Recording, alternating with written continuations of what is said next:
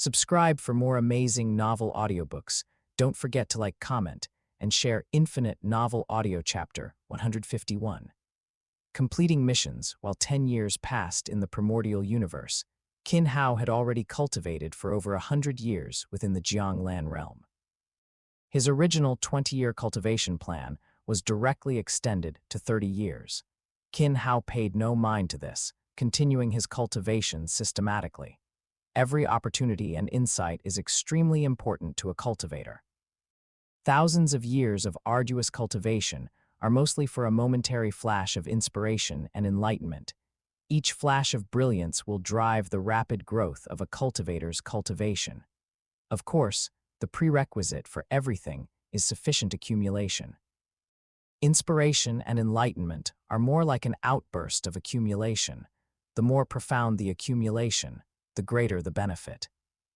Qin Hao's current state was precisely this: seizing a small opportunity, igniting the accumulation of his understanding of the 5 elements laws, and mobilizing all the inspiration and insights he had long gathered regarding the fusion of the 5 elements laws.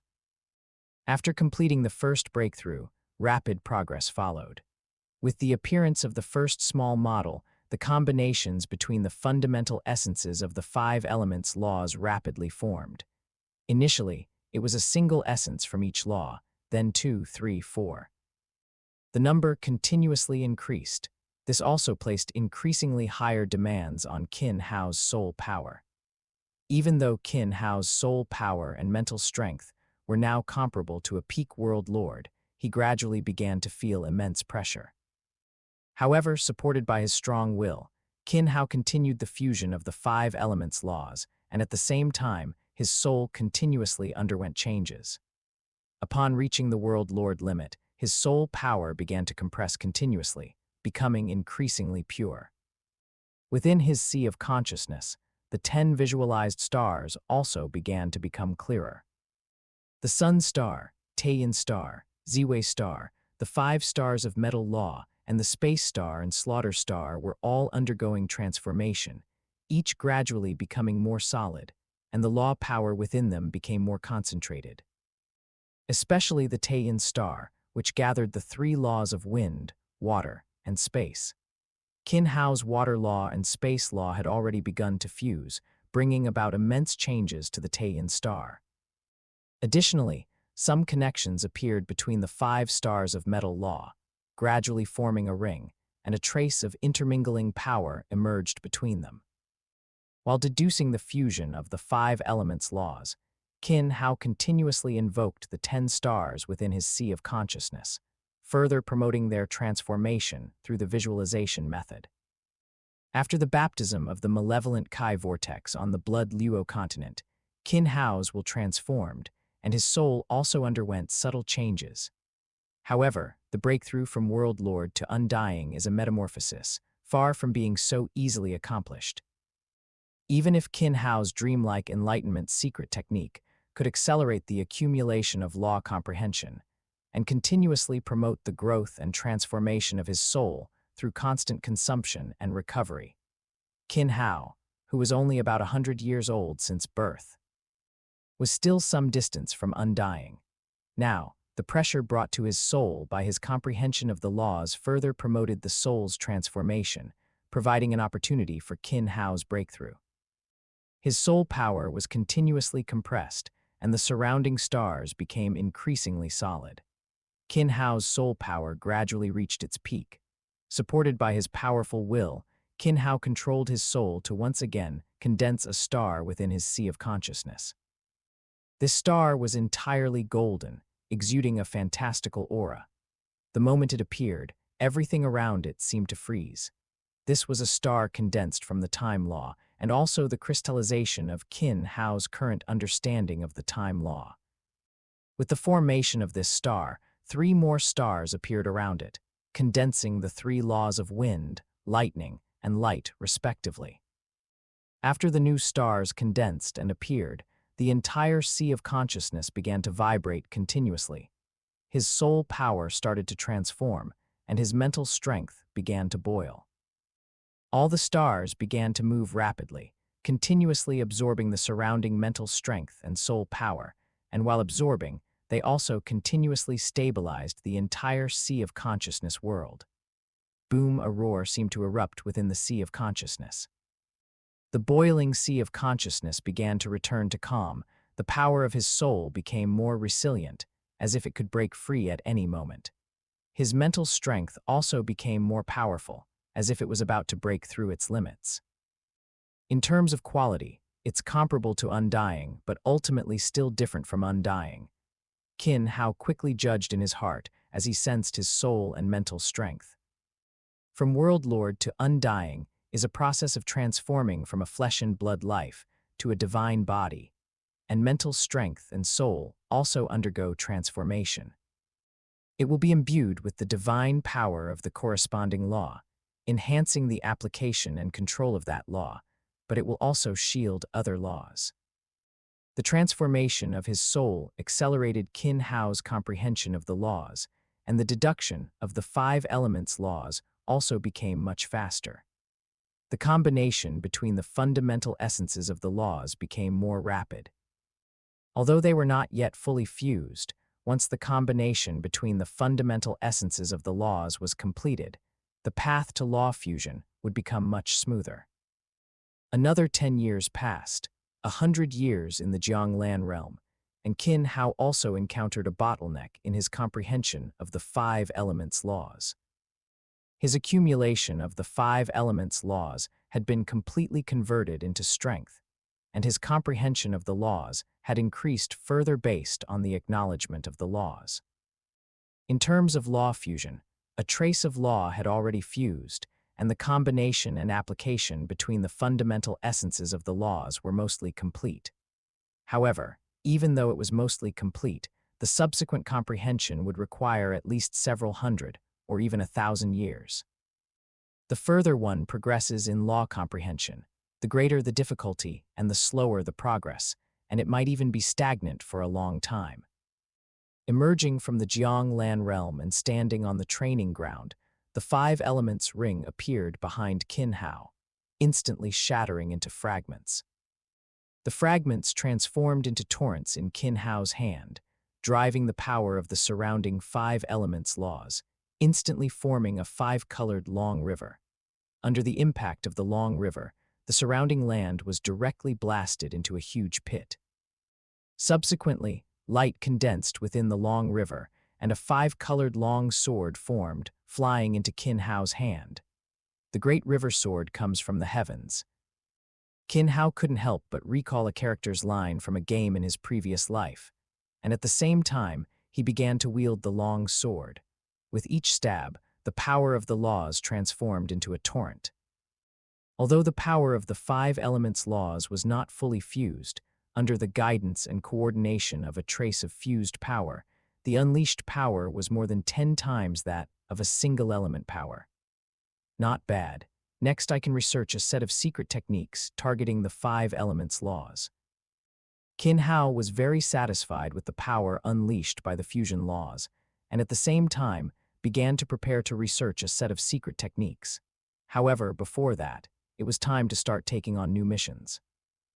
Originally, after all 8 major laws were acknowledged by the laws, Qin Hao had planned to take on missions, seek opportunities, and improve his strength. Now, due to the fusion of the 5 elements laws, he had cultivated for another 20 years. It was also time to take on some missions, then challenge Tongshan Mountain, and prepare to break through to Domain Lord.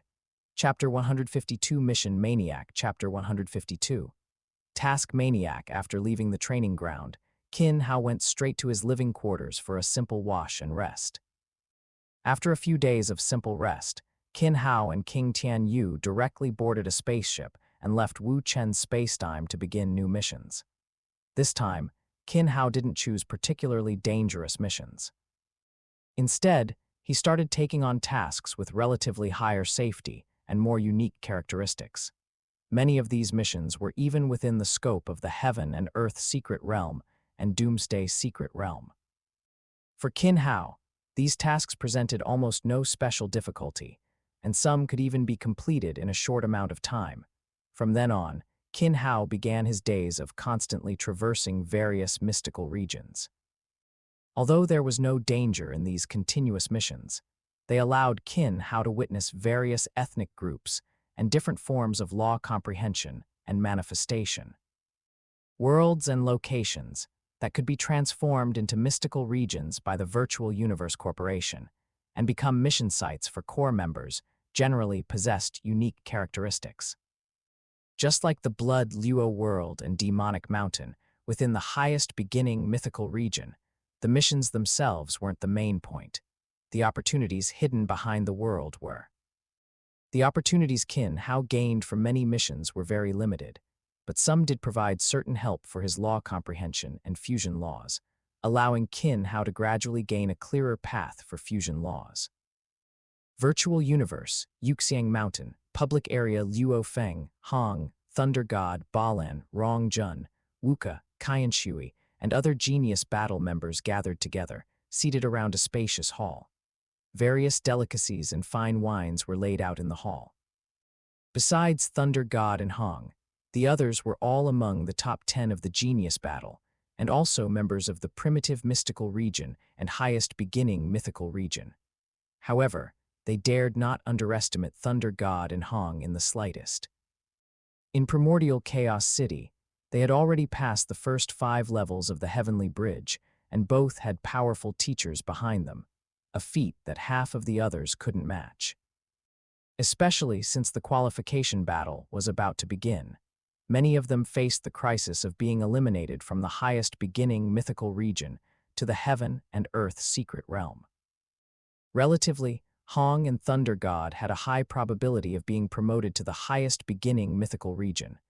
Why isn't Qin Hao here? Yeah, he was the first in our batch, and who knows what level his strength has reached now. I heard he's been constantly doing missions recently. Indeed, he's really working hard. Even ordinary missions carry considerable danger. The first time I did a mission, I chose one with very low danger, and I almost died. The conversation quickly turned to Qin Hao, and everyone couldn't help but start talking about him. After all, among the members of their genius battle, Qin Hao's strength commanded everyone's conviction. Alas, Qin Hao is too strong. There will definitely be no problem with this qualification battle.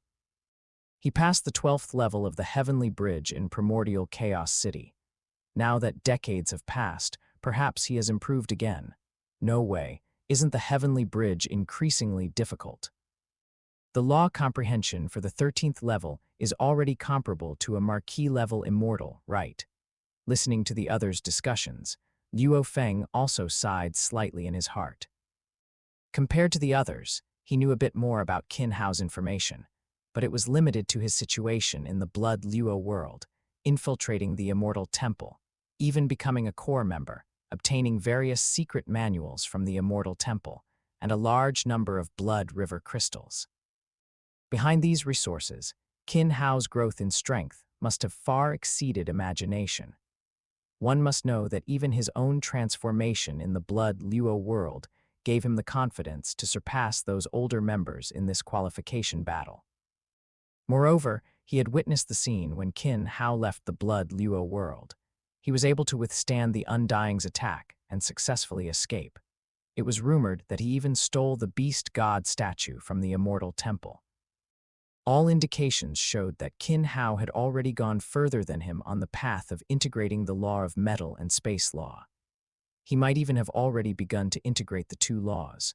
The more Luo Feng thought about it, the higher he felt this possibility was.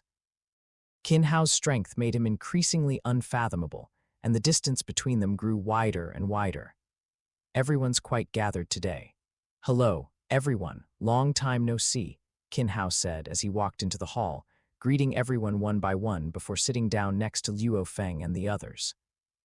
Luo Feng, have you left the Blood Luo world yet? Qin Hao asked, also worried that his actions might have affected Luo Feng. Not yet, I plan to cultivate for a while longer, Luo Feng replied. The malevolent Kai vortex was still very effective for Luo Feng, helping Qin Hao quickly integrate Blood River crystals in a short time. Good, the Blood Luo world is very suitable for you. Stay for a while longer and perhaps new opportunities will emerge, Qin Hao said. The beast god statue should appear soon, which is one of Luo Feng's opportunities. You all took on missions in the Blood Luo world. How was it difficult? Wuka chimed in and asked. He had also done some missions, but he hadn't chosen ones that were too difficult. You can give it a try, but be prepared. There are opportunities, but the danger is also considerable, Qin Hao replied. The opportunities in the Blood Luo world were rare for universe rank like them, but the danger also existed. Qin Hao wouldn't explicitly encourage them to go, only hinting at it slightly. Hearing Qin Hao's words, the others also began to ponder. An opportunity valued by Qin Hao must not be simple. However, the degree of danger was also something they had to assess. After all, if the danger was too high and they lost their lives, it would be a net loss. Qin Hao, what's that decoration on your forehead?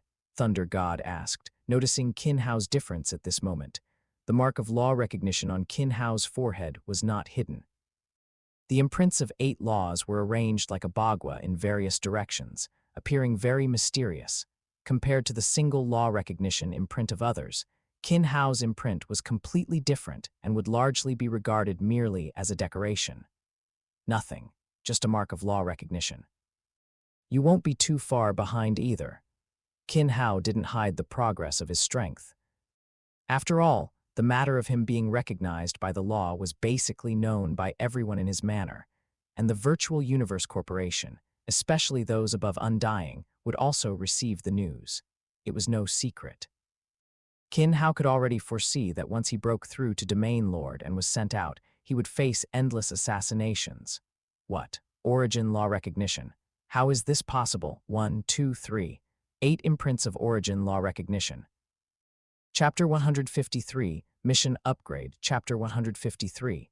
Mission Upgrade. A universe rank being has already gained the acknowledgement of the origin of the law. And it's the acknowledgement of 8 laws. Didn't Qin Hao comprehend the Universe Chaos Tablet, and he even passed the 12th layer. His comprehension of time law and space law isn't shallow either. Does he really have any weaknesses? Can he really be accurately measured? The news of Qin Hao gaining the acknowledgement of the origin of the law shocked everyone, causing them to doubt themselves.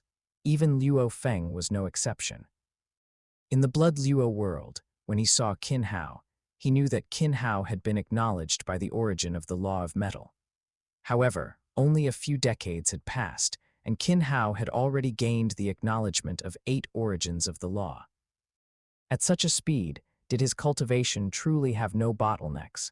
I'm just a step ahead, that's all. Every one of you is a genius selected from the entire universe, even a genius encountered once in tens of thousands of epochs. What you lack now is just time and opportunity. Qin Hao's voice pulled everyone back from their shock. Although he knew it would be a blow to everyone, for true powerhouses, this was nothing. Those who were genuinely deterred by such news would have very limited achievements in the future. Qin Hao's words eased everyone's mood. They had already witnessed Qin Hao's monstrous talent in Primordial Chaos City. He passed the 12th layer of the Heavenly Bridge in 30 years, and his comprehension of time law and space law rivaled that of an Undying. With such a precedent, what did gaining the acknowledgement of the law count for now? Compared to the 12th layer of the Heavenly Bridge, gaining the acknowledgement of the law was merely a small matter. After all, even in the Virtual Universe Corporation's primitive mystical region, everyone who passed the 12th layer was a World Lord rank existence. And each of these World Lords was an elite who had gained the acknowledgement of the law. It's rare for us to gather, so let's not talk about cultivation. Let's all be happy together, Wuka said, stepping forward. Among the group, he was the most outgoing. The oppressive atmosphere began to ease, and everyone started chatting animatedly again. They recounted the things they encountered and precautions they took while completing missions, and also talked about their respective cultivation journeys and interesting anecdotes from their time in their respective universe countries. The rest of the gathering was much more relaxed. Even Balin, who usually maintained a cold demeanor, softened considerably. Even those who were worried about the upcoming qualification battle no longer thought too much about it at this moment. In the decades since leaving Primordial Chaos City, almost everyone had not relaxed. They were either cultivating intensely or undertaking simple missions, their nerves constantly on edge. Now, a moment of relaxation also served as a buffer for their subsequent cultivation. Furthermore, after witnessing Qin Hao's monstrous talent, everyone was constantly pushing themselves. After the gathering ended, Qin Hao did not linger in the virtual universe and returned directly to the real world. In the real world, Qin Hao was on his spaceship, heading towards his next mission destination. After rapidly completing nearly 100 missions, Qin Hao decided to upgrade his missions and prepare to break through to Territory Lord rank. This time, Qin Hao chose a mission on Visaar Star. Visaar Star was not mentioned much in the original work, but its most mystical and important feature was the ancestral god tomb, and it possessed a large number of guardians, who were basically undying spiritual gods. From this information, one could see the uniqueness of Visaar Star. Furthermore, it was listed as the first mission, so its danger was imaginable, and its opportunities were definitely not low. After all, the ancestral god tomb sounded like it had a deep connection with the Elder God cult. The Elder God cult was the #1 power in the primordial universe. Although it did not participate in the slaughter of other races, its strength was unquestionable. Its 3 elder gods were all 6th order universe master powerhouses, unrivaled in the primordial universe. So, if it was connected to the Elder God cult, had an ancestral god tomb, and numerous undying spiritual gods, could it be the fallen ground of a former elder god of the Elder God cult? Subscribe for more amazing novel audiobooks.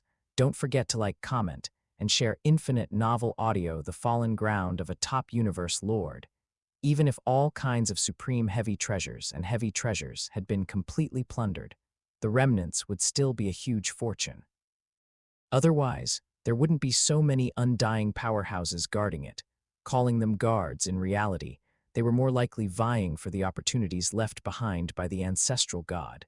Qin Hao quickly analyzed in his mind. After all, a group of undying spiritual gods had a certain status everywhere, yet they chose to stay in one place. No one would believe there wasn't something fishy going on. However, since it was occupied by the Virtual Universe Corporation and designated as a mission mystical region, the opportunities within definitely existed. But, most likely, they would only be useful to undying spiritual gods, and their effect on venerables would be negligible. In that case, it was very likely an opportunity related to fusion laws or time law and space law. Combining this with the ancestral god, Qin Hao leaned more towards time law and space law. Outside Visaar Star, a 9-story palace stood in space, surrounded by satellites. Qin Hao and King Tianyu, aboard their spaceship, quickly passed through the space lock of the satellites and entered the first layer of the palace. After parking the spaceship, the nearby greeter quickly approached. "Your Highness, I am the greeter Crota. Please follow me." The green-skinned world lord came before Qin Hao and said respectfully. At the same time, seeing King Tianyu behind Qin Hao, he also bowed respectfully and led Qin Hao and King Tianyu to the hall on the second layer of the battle arena of the palace. Visaar Star is guarded by a powerhouse from the corporation, but the Venerable is currently cultivating. "Your Highness needs to be careful when entering Visaar Star," Crota said. Visaar Star is an ancient planet that bred life long ago. There are nearly 100 undying powerhouses there, and they are very xenophobic. Your Highness needs to change into Visaar Star's attire and weapons. During the mission, you cannot use any technological products. Otherwise, if discovered, you are very likely to be ambushed by the natives. Crota said, leading Qin Hao to a huge warehouse. Inside the warehouse, various attires and weapons were displayed. These weapons and attires were from the various races of Visaar Star, along with their commonly used weapons.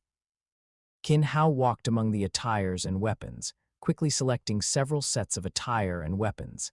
At the same time, he controlled his aura and appearance to change. After putting on the attire and weapons, he looked exactly like a young man from Visaar Star. Next, Your Highness can proceed to Visaar Star on your own. If you encounter danger, you can call for help, but calling for help also means your mission this time will fail, Crota finished, leading Qin Hao to a platform outside the palace. The platform directly faced Visaar. Looking at the planet shrouded in dark green mist, Qin Hao didn't hesitate and flew directly towards Visaar. Entering the range of the mist, Qin Hao also saw the nature of the mist, a large amount of cosmic dust and gravel broken rocks. It was the presence of these broken rocks that trapped the entire Visaar within. Chapter 154, Visca Chapter 154.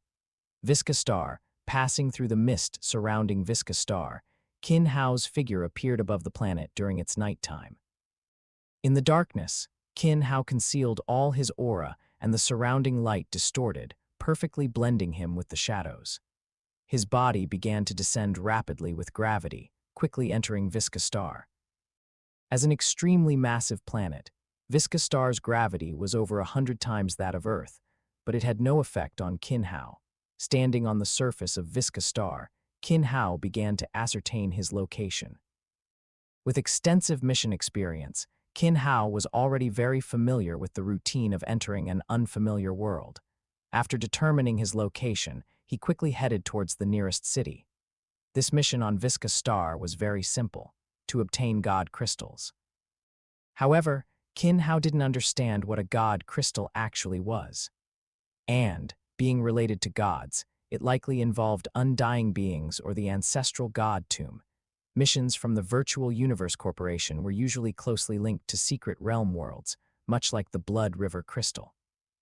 Upon arriving at the nearby Visaar city, Qin Hao began to inquire about the origins of the god crystals. He initially thought it would be a troublesome matter, but unexpectedly, he soon heard many legends about them. In summary, it was quite simple. God crystals were unique items found on Visaar, rumored to originate from the ancestral god tomb. Collecting 10 of them would grant one the qualification to enter the ancestral god tomb. However, entering the ancestral god tomb also came with danger. Throughout Visaar's countless years of existence, many people became powerful gods by entering, but even more entered and never returned. Furthermore, the appearance of god crystals was very random. They could appear anywhere on Visaar. To this day, no one knew how they appeared or if there were any patterns to their emergence. Every struggle for god crystals was a bloodbath. After all, though entering the ancestral god tomb was fraught with peril, the opportunities were equally enticing. Becoming a godlike existence was a dream for every cultivator. After wandering around Visaar City for a while, Qin Hao had gathered enough information. However, most of the publicly circulated information was chaotic and superficial. To understand the true situation, he needed to contact local powers. With this thought, Qin Hao stopped wandering and found an inn to stay. As night fell, Qin Hao's figure vanished from his room, walking through the streets and directly strolling into the city lord's mansion. Unlike the Blood Luo world, where Blood River crystals were plundered through slaughter, Qin Hao entered the city lord's mansion primarily to learn about the god crystals.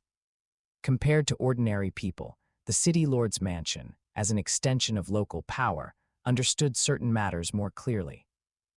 Inside the city lord's mansion, Qin Hao passed through layers of walls and finally reached the core area. Stealthily entering the city lord's room, Qin Hao didn't attack directly, but instead extended a wave of soul power, suppressing the middle-aged man in the room. Then he took out the myriad beast atlas, absorbed the middle-aged man into it, and then released him again. Although Qin Hao's soul power could already rival an undying, silently controlling a world lord still required some effort, a problem the myriad beast atlas solved. "Master, Lucas obeys your command," the middle-aged man said respectfully after reappearing. "Very good, I ask you, how can one obtain god crystals?" Qin Hao directly posed his question. Reporting to Master, god crystals appear randomly in various regions of Visaar. However, all major powers have secret techniques to locate god crystals, so most of them are in the hands of these powers, serving as resources for cultivating their younger generations. Qin Hao listened and pondered how to quickly obtain god crystals. The number of undying beings on Visaar was not small, and they were the main families controlling the god crystals. Trying to break in and snatch them would be very difficult. However, with his second clone's teleportation ability, it might be worth a try. As long as he left quickly before an undying discovered him, he should not be found. The only problem was how to enter the god crystal storage locations.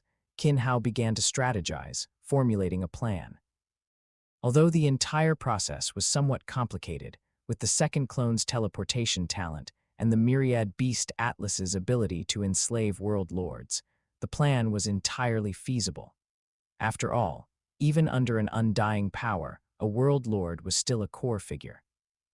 By enslaving a world lord, finding an opportunity to access the god crystals, seizing them, and then teleporting away, he could leave within a short time. With the plan finalized, Qin Hao immediately put it into action. Using Lucas as a stepping stone, Qin Hao quickly controlled a world lord from an undying power. Through this world lord, he swiftly infiltrated the undying power's interior, further taking control of its core world lords. In just 1 month, Qin Hao had controlled dozens of world lords, truly gaining access to the core of an undying power and successfully obtained a god crystal. With the god crystal in hand, Qin Hao didn't linger. He immediately teleported away to find his next target. Having only obtained 3 god crystals, he still needed to acquire others from new powers. Within an undying power, there naturally couldn't be just 3 god crystals, but most were kept by the undying themselves. This time, the undying power Qin Hao chose was very far from Visaar City, which maximized the avoidance of danger. After consecutively dealing with 4 undying powers, Qin Hao finally gathered enough god crystals to enter the ancestral god tomb. He also had a few extra god crystals, which he planned to submit as mission items. However, compared to the mission, the next step was to enter the ancestral god tomb. With the god crystals in hand, entering the ancestral god tomb was not that simple. The 10 god crystals were more like an entry ticket. One still had to pass the assessment of the elder god cult guarding the ancestral god tomb before being allowed to enter. The structure of the elder god cult was not complex. Undying level beings were gods, world lord rank beings were divine envoys, and beneath them was a massive divine guard team led by world lords, with sector lords merely being foot soldiers. Furthermore, the entire elder god cult was composed of various ethnic groups from Visaar, indigenous people, demonic beasts, and even some special life forms and plant life forms, making it a miniature version of the elder god cult. After collecting 10 god crystals, Qin Hao no longer hesitated and quickly headed towards the ancestral god tomb. Although Visaar was just a planet, it was extremely vast. Qin Hao traveled at full speed for nearly a month before reaching the edge of the ancestral god tomb. Looking from afar, a colossal tomb enveloped in peculiar light stood. Outside the tomb, numerous palaces were erected, guarding the tomb in their center. Chapter 155, The Tomb of the Ancestor. Chapter 155, Ancestral God Tomb Halt. As Qin Hao approached the ancestral god tomb, a squad of divine guards quickly appeared. The world lord leading them stood at the forefront of the team, speaking sternly. At the same time, he released his aura, staring intently at Qin Hao. "I am here to enter the ancestral god tomb," Qin Hao said, as 10 divine crystals floated from his hand. Qin Hao didn't know the exact situation of entering the ancestral god tomb. Even the world lords of many enslaved factions couldn't provide a definite answer. The existence of the ancestral god tomb was very mysterious. Even factions with undying powerhouses weren't sure when the ancestral god tomb had appeared. The power of the ancestral god tomb was beyond doubt. Although it didn't intervene in the power struggles on Visaar, it was not a force any faction dared to provoke. There were even some undying who had once united, wanting to seize the ancestral god tomb, but they were ultimately annihilated by the divine cult outside the ancestral god tomb. Remember this site's domain name.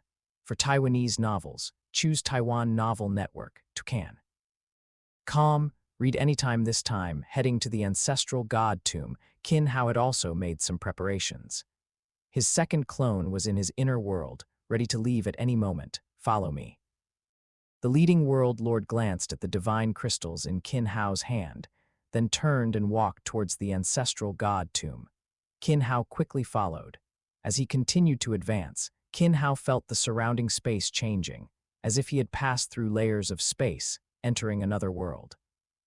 However, this world was far more stable and powerful than a world lord's world. After an hour, led by the world lord, Qin Hao quickly arrived at a palace complex. Dozens of palaces, large and small, covered an area of thousands of li.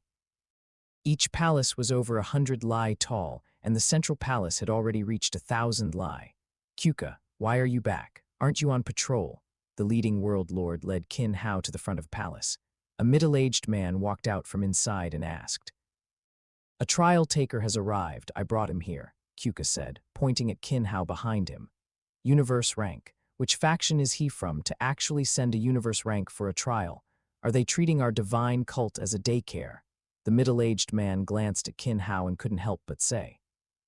The divine cult's rule is that anyone with 10 divine crystals can obtain a chance at a trial. Regardless of their strength, if he cannot pass the test, he cannot enter the ancestral god tomb, Kuka said coldly. The divine cult's rules were the highest directive for every member. All right, since he's already here, let him try.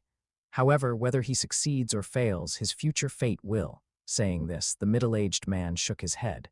Follow me. Speaking to Qin Hao, the middle-aged man turned and walked into the great hall. Qin Hao quickly followed, pondering their conversation. However, although the ancestral god tomb held dangers, it wasn't enough to scare Qin Hao. Moreover, his first clone was still present. Even if his main body and second clone died, they could be nurtured again. This was the advantage of having clones. As long as one survived, he could be reborn. However, whether his golden finger would still be there after rebirth was another question. Embed the divine crystals into the great door. The middle-aged man didn't speak the entire way. Upon reaching a great door, he said to Qin Hao, to enter the ancestral god tomb, you must first pass a test. The test is divided into 9 layers. Complete it, and you will be teleported into the ancestral god tomb. Fail, and you will die inside. Think carefully before making your decision. Qin Hao listened to the middle-aged man's words without the slightest hesitation and went directly to the great door. He embedded the 10 divine crystals into the 10 grooves on the great door. As the divine crystals were embedded, the patterns on the great door began to light up continuously. The divine crystals began to melt, and a power of time law and space law continuously flowed along the patterns. The surrounding space began to change. Qin Hao felt a devouring force spread throughout his body, and then the surrounding space began to transform. In a void space, Qin Hao's figure appeared. The moment Qin Hao appeared, a path quickly formed beneath his feet. Qin Hao walked along the path and soon arrived before a series of steps.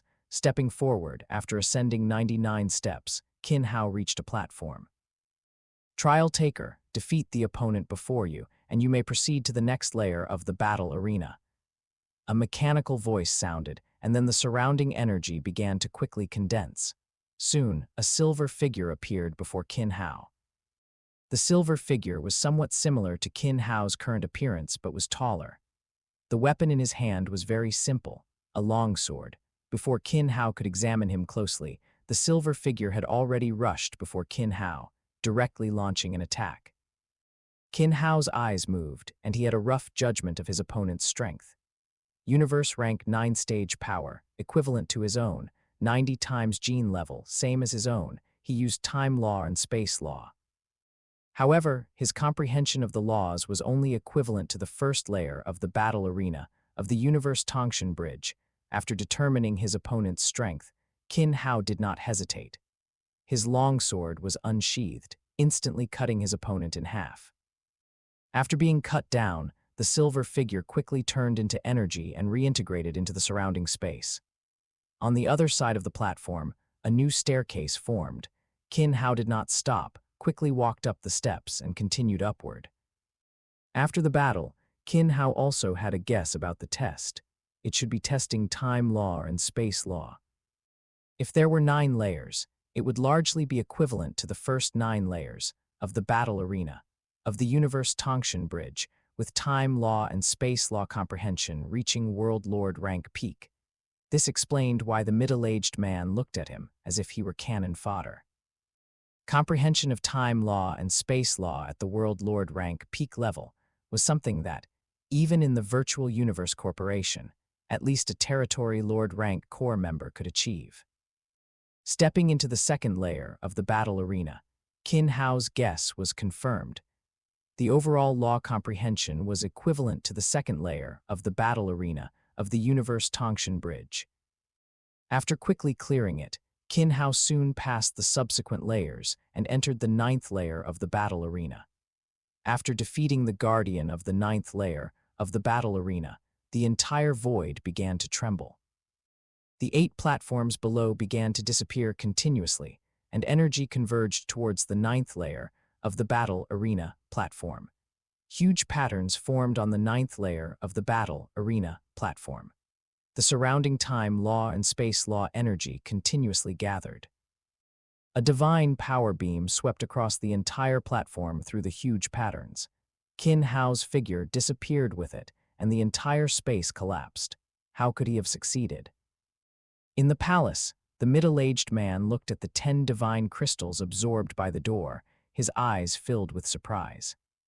As a receiver for the divine cult, he was very aware of the difficulty of the test. Not to mention universe rank, even most Territory Lord rank and World Lord rank found it very difficult to pass the current test. Why did a universe rank actually pass? Had his comprehension of time law and space law already reached the World Lord rank peak? How was this possible? Chapter 156, Check-in at the Ancestral God's Tomb on Boundless Land. Qin Hao's figure appeared. Looking at the unfamiliar environment, Qin Hao sensed the differences around him. Only time law and space law. The surrounding law power only showed time law and space law.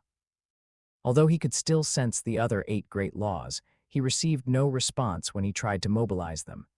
Is this the Ancestral God Tomb? Qin Hao thought, just about to explore his surroundings. A piece of information came into Qin Hao's mind. Ancestral God Tomb, 9 Heavens Palace, Glory Battle, 7-Day Battle, Enlightenment Qualification. Feeling the information in his mind, Qin Hao's surprise gradually grew. This information came from the Ancestral God Tomb, and it was information that everyone who entered the Ancestral God Tomb would receive, detailing its operation and rules. The entire Ancestral God Tomb was divided into 9 layers, with the 9 Heavens Palace as the core of the 9 layers. The 9 Heavens Palace could help trial takers comprehend time law and space law. Each time a layer was fully comprehended and the trial passed, they could enter the next layer. To obtain an opportunity for enlightenment, one had to gain the qualification to comprehend by battling other trial takers. Furthermore, each trial taker had to engage in at least one battle every 7 days. These battles, known as glory battles, would take place in the battle arena of the Ancestral God Tomb's virtual world. Each battle would randomly match opponents, and all opponents would be trial takers from the same layer. Once a trial taker failed, and their points became 0, they would be forcibly sent out of the Ancestral God Tomb. The only other way to leave the Ancestral God Tomb was to completely pass through the 9 Heavens Palace of the Ancestral God Tomb. After understanding the detailed rules, Qin Hao felt even more reassured about his choice. At the same time, he released his second clone from his inner world. Such a trial ground with such a high bonus for time law and space law could be said to be tailor-made for the second clone. The second clone would grow extremely quickly in this world. With both bodies comprehending simultaneously, time law and space law might surpass the other 8 great laws and be the first to enter a new level. After releasing his second clone, Qin Hao and his second clone quickly separated. After separating, the second clone rapidly moved towards the 9 Heavens Palace. Qin Hao, on the other hand, found a quiet place and entered his sea of consciousness to prepare for check-in. He had already received a check-in opportunity upon entering Visaar, but Qin Hao did not immediately proceed. He also realized that his current needs and circumstances would have a certain impact on the check-in. Therefore, Qin Hao saved the check-in opportunity for the Ancestral God Tomb. Before the simple interface, Qin Hao directly pressed the button. Check-in successful, check-in location. Visaar Star reward. Bod High Fruit, check-in successful, check-in location. Ancestral God Tomb reward. Enlightenment cushion soon, the two rewards transformed into two rays of light and entered Qin Hao's sea of consciousness. With a thought, the two items appeared in Qin Hao's hands. A fruit like jade and a golden futon. Holding the Bod High fruit in his hand, Qin Hao felt his mind clear. His distracting thoughts quickly completely calmed and his focus was unprecedented. It was as if he could enter a deep level of comprehension at any moment. After feeling the boost brought by the Bod High fruit, Qin Hao quickly placed the futon on the ground, sat on it, closed his eyes, and swiftly released his mind. Traces of the surrounding laws rapidly gathered, and the surrounding energy quickly condensed. Under the dual boost, Qin Hao felt his perception of time law and space law increase by more than 10 times. Previously unclear areas gradually became simpler, and the doubts in his mind were resolved by the continuous flashes of insight appearing in his mind. Truly a cultivation artifact, Qin Hao couldn't help but exclaim as he felt the changes in his comprehension. However, now was not the time to focus on comprehension. He still needed to head to the Nine Heavens Palace first.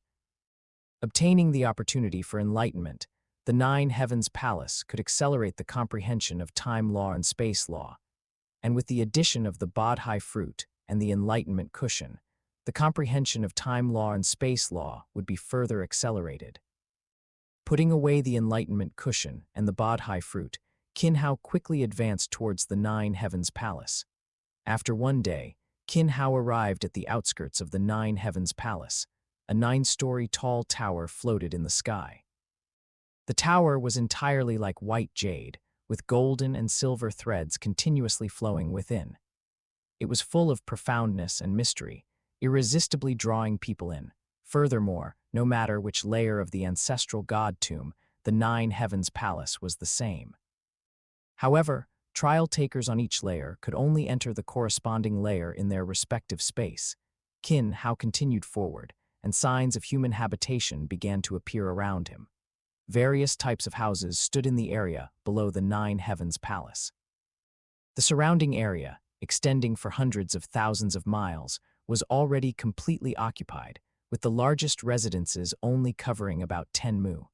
However, the entire area was very quiet, with almost no one on the streets. Only a few people occasionally traveled between the Nine Heavens Palace and the ground, clearly powerful individuals going for enlightenment or returning from it. Instead of going to the central area, Qin Hao built his own house at the edge of the gathering place. After setting up some protective measures, Qin Hao communicated with the Ancestral God Tomb and directly entered the virtual world. Compared to the virtual universe, the virtuality of this virtual world was good. However, in this world, only time law and space law could be communicated with.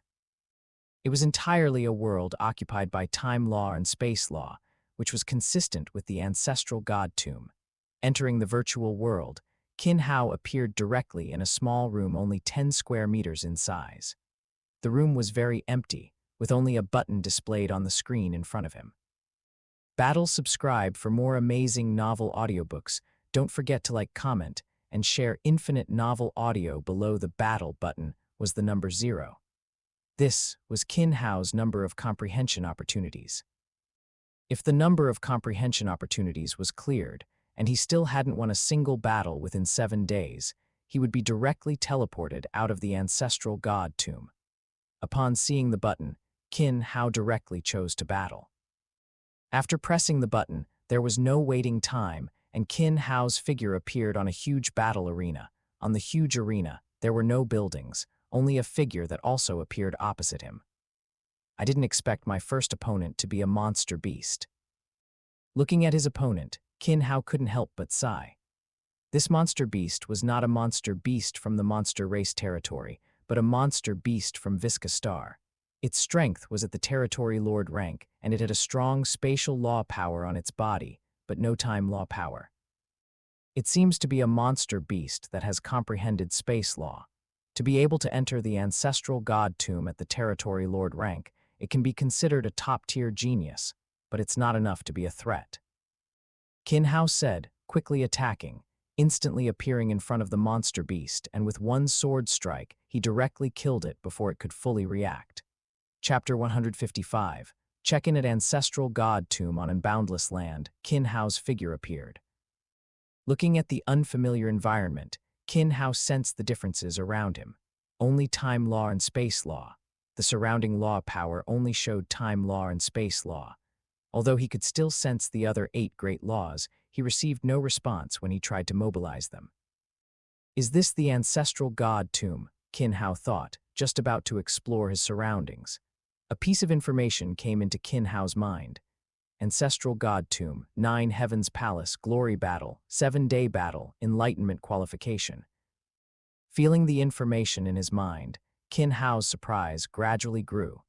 This information came from the Ancestral God Tomb, and it was information that everyone who entered the Ancestral God Tomb would receive, detailing its operation and rules. The entire Ancestral God Tomb was divided into 9 layers, with the 9 Heavens Palace as the core of the 9 layers. The 9 Heavens Palace could help trial takers comprehend time law and space law.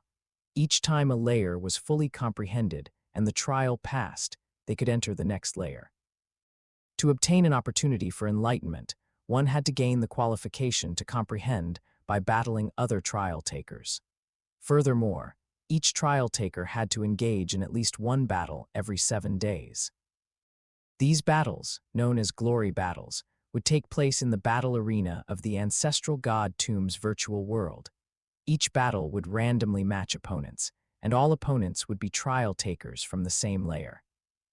Once a trial taker failed, and their points became 0, they would be forcibly sent out of the Ancestral God Tomb. The only other way to leave the Ancestral God Tomb was to completely pass through the 9 Heavens Palace of the Ancestral God Tomb. After understanding the detailed rules, Qin Hao felt even more reassured about his choice. At the same time, he released his second clone from his inner world. Such a trial ground with such a high bonus for time law and space law could be said to be tailor-made for the second clone. The second clone would grow extremely quickly in this world. With both bodies comprehending simultaneously, time law and space law might surpass the other 8 great laws and be the first to enter a new level. After releasing his second clone, Qin Hao and his second clone quickly separated. After separating, the second clone rapidly moved towards the 9 Heavens Palace. Qin Hao, on the other hand, found a quiet place and entered his sea of consciousness to prepare for check-in. He had already received a check-in opportunity upon entering Visaar, but Qin Hao did not immediately proceed. He also realized that his current needs and circumstances would have a certain impact on the check-in. Therefore, Qin Hao saved the check-in opportunity for the Ancestral God Tomb. Before the simple interface, Qin Hao directly pressed the button. Check-in successful, check-in location. Visaar reward. Bod High Fruit, check-in successful, check-in location. Ancestral God Tomb reward. Enlightenment cushion soon, the 2 rewards transformed into 2 rays of light and entered Qin Hao's sea of consciousness. With a thought, the 2 items appeared in Qin Hao's hands. A fruit like jade and a golden futon. Holding the Bod High fruit in his hand, Qin Hao felt his mind clear. His distracting thoughts quickly completely calmed and his focus was unprecedented. It was as if he could enter a deep level of comprehension at any moment. After feeling the boost brought by the Bod High fruit, Qin Hao quickly placed the futon on the ground, sat on it, closed his eyes, and swiftly released his mind. Traces of the surrounding laws rapidly gathered, and the surrounding energy quickly condensed. Under the dual boost, Qin Hao felt his perception of time law and space law increase by more than 10 times. Previously unclear areas gradually became simpler, and the doubts in his mind were resolved by the continuous flashes of insight appearing in his mind. Truly a cultivation artifact, Qin Hao couldn't help but exclaim as he felt the changes in his comprehension.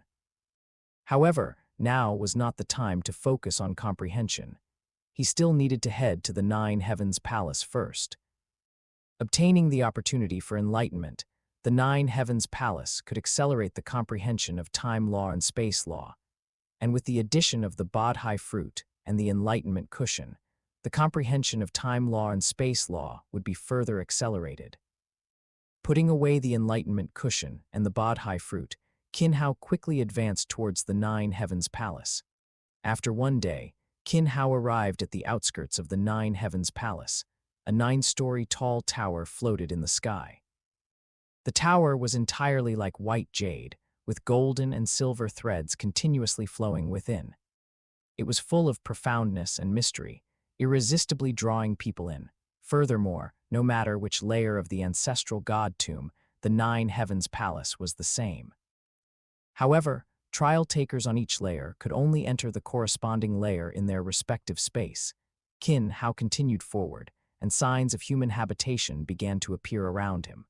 Various types of houses stood in the area below the Nine Heavens Palace. The surrounding area, extending for hundreds of thousands of miles, was already completely occupied, with the largest residences only covering about 10 mu. However, the entire area was very quiet, with almost no one on the streets. Only a few people occasionally traveled between the Nine Heavens Palace and the ground, clearly powerful individuals going for enlightenment or returning from it. Instead of going to the central area, Qin Hao built his own house at the edge of the gathering place. After setting up some protective measures, Qin Hao communicated with the ancestral god tomb and directly entered the virtual world. Compared to the virtual universe, the virtuality of this virtual world was good. However, in this world, only time law and space law could be communicated with. It was entirely a world occupied by time law and space law, which was consistent with the ancestral god tomb. Entering the virtual world, Qin Hao appeared directly in a small room only 10 square meters in size. The room was very empty, with only a button displayed on the screen in front of him. Battle below the battle button was the number 0. This was Qin Hao's number of comprehension opportunities. If the number of comprehension opportunities was cleared, and he still hadn't won a single battle within 7 days, he would be directly teleported out of the ancestral god tomb. Upon seeing the button, Qin Hao directly chose to battle. After pressing the button, there was no waiting time, and Qin Hao's figure appeared on a huge battle arena. On the huge arena, there were no buildings, only a figure that also appeared opposite him. I didn't expect my first opponent to be a monster beast. Looking at his opponent, Qin Hao couldn't help but sigh. This monster beast was not a monster beast from the monster race territory, but a monster beast from Visaar. Its strength was at the territory lord rank, and it had a strong spatial law power on its body, but no time law power. It seems to be a monster beast that has comprehended space law. To be able to enter the ancestral god tomb at the territory lord rank, it can be considered a top-tier genius, but it's not enough to be a threat. Qin Hao said, quickly attacking, instantly appearing in front of the monster beast, and with one sword strike, he directly killed it before it could fully react. Chapter 157, The Nine Heavens Palace. Chapter 157, Nine Heavens Palace. The battle ended, and Qin Hao's figure returned to his room. He didn't exit, but directly clicked to battle again, entering the battle arena. This time, he was still fighting a territory lord rank. However, compared to the monster he fought the first time, this one was much stronger, and its comprehension of the law was already close to the undying level. But, for Qin Hao, there was still no threat, and he took one step, directly eliminating the enemy. Qin Hao fought continuously for hundreds of times, gaining a certain understanding of the overall strength of the first layer. The weakest were basically at the 9th layer of the Universe Tongshan Bridge, and the strongest only had the strength of the 11th layer, not even reaching the 12th layer. For his current self, there was basically no difficulty. Furthermore, territory lord ranks were only a very small part. Most were world lord rank existences. Although there were some newly arrived geniuses on the first layer, there were more world lords who had been on the first layer for countless years. Their potential had been exhausted, but they didn't want to leave. It wasn't difficult to get an opportunity to comprehend in the first layer of the ancestral god tomb and stay there, but there was almost no chance of further advancement. They were just unwilling. During the battles, Qin Hao encountered many World Lord rank opponents. However, the gap in genetic level, law comprehension, and secret technique allowed Qin Hao to not suffer any losses in battle, but instead achieved victory. After hundreds of battles, Qin Hao was not prepared to continue fighting. Next was to go to the Nine Heavens Palace to comprehend, and also to break through to the Territory Lord rank. He had originally planned to break through to the Territory Lord rank after completing the mission and return to Earth to cultivate in seclusion for a period. Now, it seemed he couldn't wait. In this ancestral god tomb, it would have a crucial impact on his comprehension of time law and space law. Moreover, after becoming a Territory Lord rank, Qin Hao planned to directly break through to the World Lord rank. Currently, the first layer is basically Territory Lord ranks and World Lords. In the next few layers, undying or even peak undying powerhouses might exist. Only by breaking through to the World Lord rank could he survive among the undying and obtain more opportunities for comprehension, quickly comprehending time law and space law. Exiting the virtual world, Qin Hao directly flew quickly towards the Nine Heavens Palace in the sky. Stepping into the Nine Heavens Palace, a huge space-time gate appeared, unguarded. Even the participants coming in and out seemed not to notice others around them, as if others didn't exist, directly entering or leaving the space-time gate. Qin Hao looked at the situation before him, golden light flickering in his eyes, and the surrounding time law and space law began to become very clear. They are not even in the same space-time. What a grand feat, Qin Hao thought to himself, becoming even more expectant of the Nine Heavens Palace. Stepping into the space-time gate, Qin Hao felt the surrounding space instantly change. Waiting for space-time to stabilize, Qin Hao felt himself in a vast universe. Within the universe, a long river of stars flowed continuously, and within the Starlight River, countless stars flickered, each moving slowly, their trajectories very obscure. Qin Hao quickly took out the enlightenment cushion and the Bodhi fruit, holding the Bodhi fruit and sitting on the enlightenment cushion, his eyes fixed on the Starlight River before him, quickly entering a state of comprehension. The Starlight River before Qin Hao reminded him of the Universe Chaos Tablet in Primordial Chaos City. However, compared to the Universe Chaos Tablet, this Starlight River was dynamic. But, with the enhancement of the Enlightenment Cushion and the Bodhi Fruit, the effect was no weaker than the Universe Chaos Tablet, and even slightly stronger. Immersed in the comprehension of time law and space law, Qin Hao had forgotten everything around him. His comprehension of time law and space law was continuously increasing, and the doubts within the two laws were constantly being resolved. New insights were constantly emerging, and Qin Hao was completely immersed in them. From the Starlight River, Qin Hao could feel the rich fluctuations and profound applications of space law and time law, involving some comprehension of space law teleportation and time law acceleration. For Qin Hao, this part of the content was exactly when he needed to make up for his shortcomings. Qin Hao had a deep understanding of the essence of time law and space law, but his comprehension of the applications of time law and space law was still only superficial. Even though he had already begun to comprehend the fourth image of the Universe Chaos Tablet and had passed the 12th layer of the Heavenly Bridge. However, the profundity of higher laws far exceeded that of lower law. To fully comprehend any one of the three directions requires an extremely long time. After an unknown period, the scene around Qin Hao changed, the Starlight River disappeared, and Qin Hao reappeared outside the Nine Heavens Palace. Recalling the process of feeling, Qin Hao also gained a certain understanding of the Nine Heavens Palace. Each comprehension was not simply limited by time, but by comprehension. The more profound the accumulation, the longer the comprehension time. If one did not have enough accumulation in their heart, even in the Nine Heavens Palace, the harvest would be minimal. The Nine Heavens Palace was more like a guiding process to turn accumulation into results, rather than step-by-step instruction. Moreover, the Nine Heavens Palace also has limitations. For the current first layer, It only corresponds to a part of space law teleportation and space law acceleration. According to Qin Hao's calculations, fully comprehending the first layer is basically equivalent to the 11th or 12th layer of the universe Tongshan bridge. The second layer is equivalent to the 13th or 14th layer, and the third layer is equivalent to the 15th, 16th, or 17th layer of the heavenly bridge.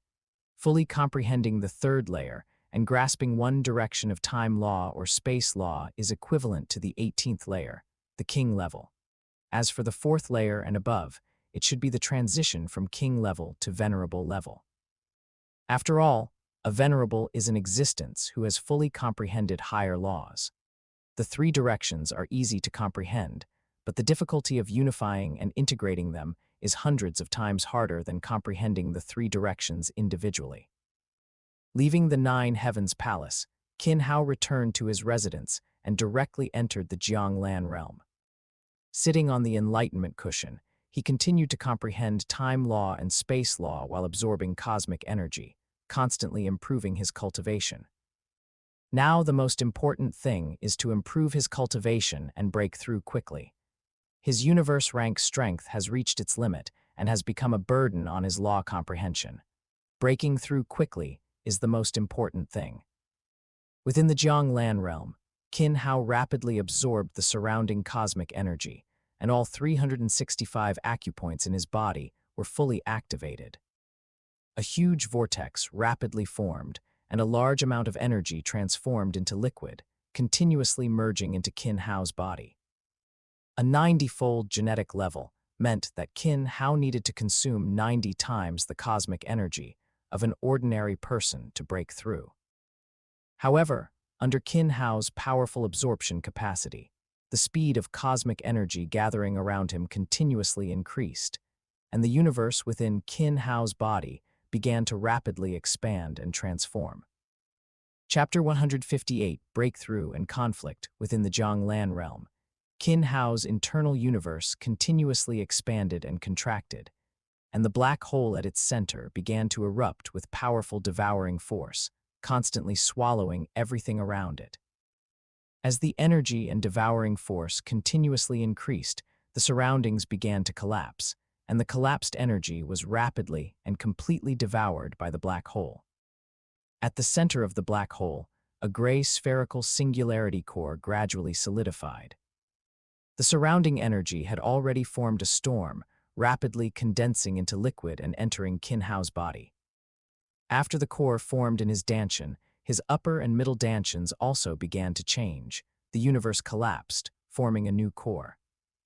With the formation of the three cores, in Qin Hao's Sea of Consciousness, the Sun Star, Taiyan Star, and Ziwei Star, which he had initially contemplated, each transformed into a beam of light, flying out of his Sea of Consciousness and directly into the cores. At the same time, the cores also began to change. The core in his lower danshan began to emit scorching energy, and the aura of law of fire, light law, and time law permeated. In the upper danshan, the core radiated wind law, water law, and space law. On the core of the middle danshan, purple light shone, and time law, space law, and earth law permeated. The formation of the three cores allowed Qin Hao to directly step into the Territory Lord rank. Furthermore, he was even more powerful than ordinary Territory Lord rank cultivators. Feeling the power within his body, Qin Hao felt an unprecedented comfort. Unlike other Territory Lords who completely transform their souls into crystal spheres and integrate them into their cores, what Qin Hao integrated into his cores were the stars contemplated by his soul, which were connected to his soul and were a form of his soul. With my current strength, I have a certain self-preservation ability even if I enter the second layer and third layer, but to keep advancing in the Nine Heavens Palace, I must break through to World Lord. Although his Territory Lord rank strength had leaped and his power had further expanded, Qin Hao remained very clear-headed. The undying in the ancestral god tomb were definitely not a small number, and after countless years, no one knew how many undying had entered the ancestral god tomb.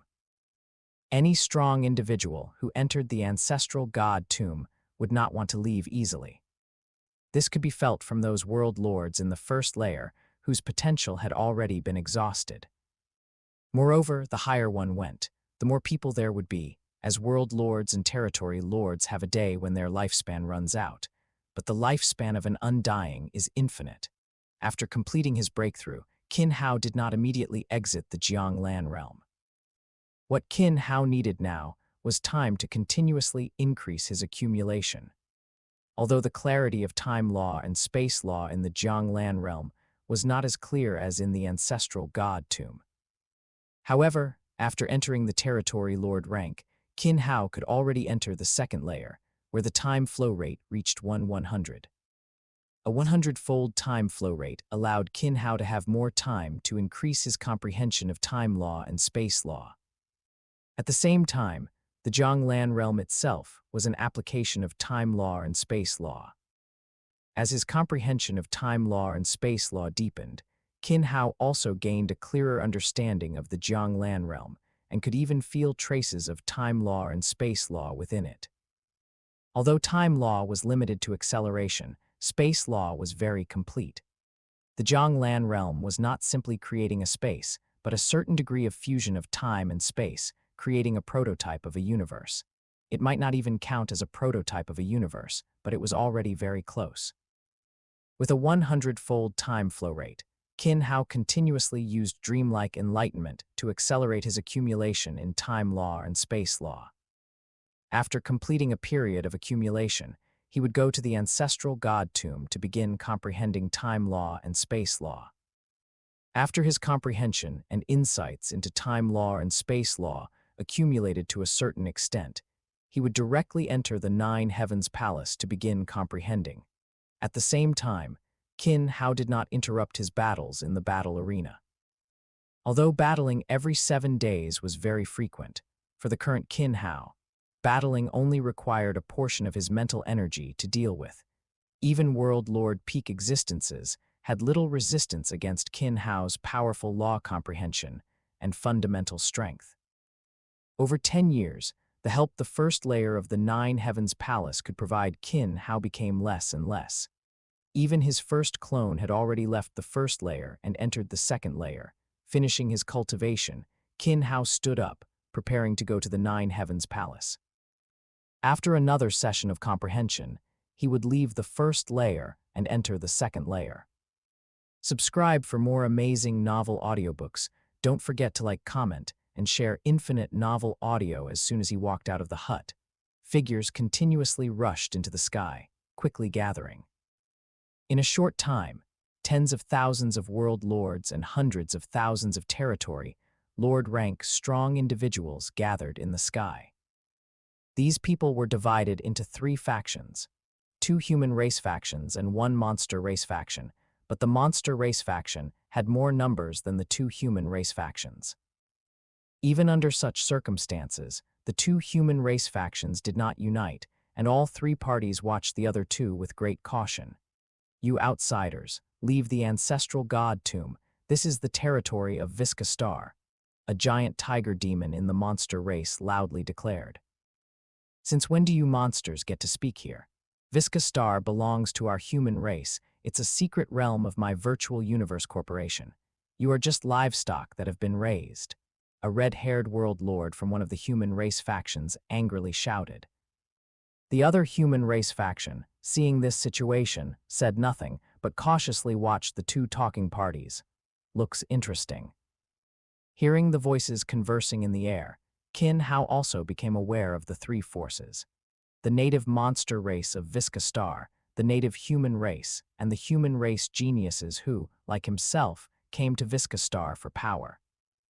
Furthermore, it should not just be from the Virtual Universe Corporation, but also some geniuses from other human race forces. After all, such a number of core members could not all be from the Virtual Universe Corporation. Damn human race, don't think that just because you have the Virtual Universe Corporation backing you, you can do whatever you want. This is Visaar. Even if you die here, no one will question it. Among the monster race, people began to shout continuously, and cries of battle rose incessantly. The battle between the 2 sides was about to erupt, while the native human race at this moment was very worried. Whichever side it was a difficult choice for them. They and the monster race both belonged to Star, but they were also hostile. They and the outsiders were both human race, but these people had trapped them on Star. The discussions between the two sides continued, but the verbal clashes became increasingly intense. Even the native human race joined in, and the arguments between the two sides gradually began to change. Those who entered the ancestral god tomb were not weak in talent.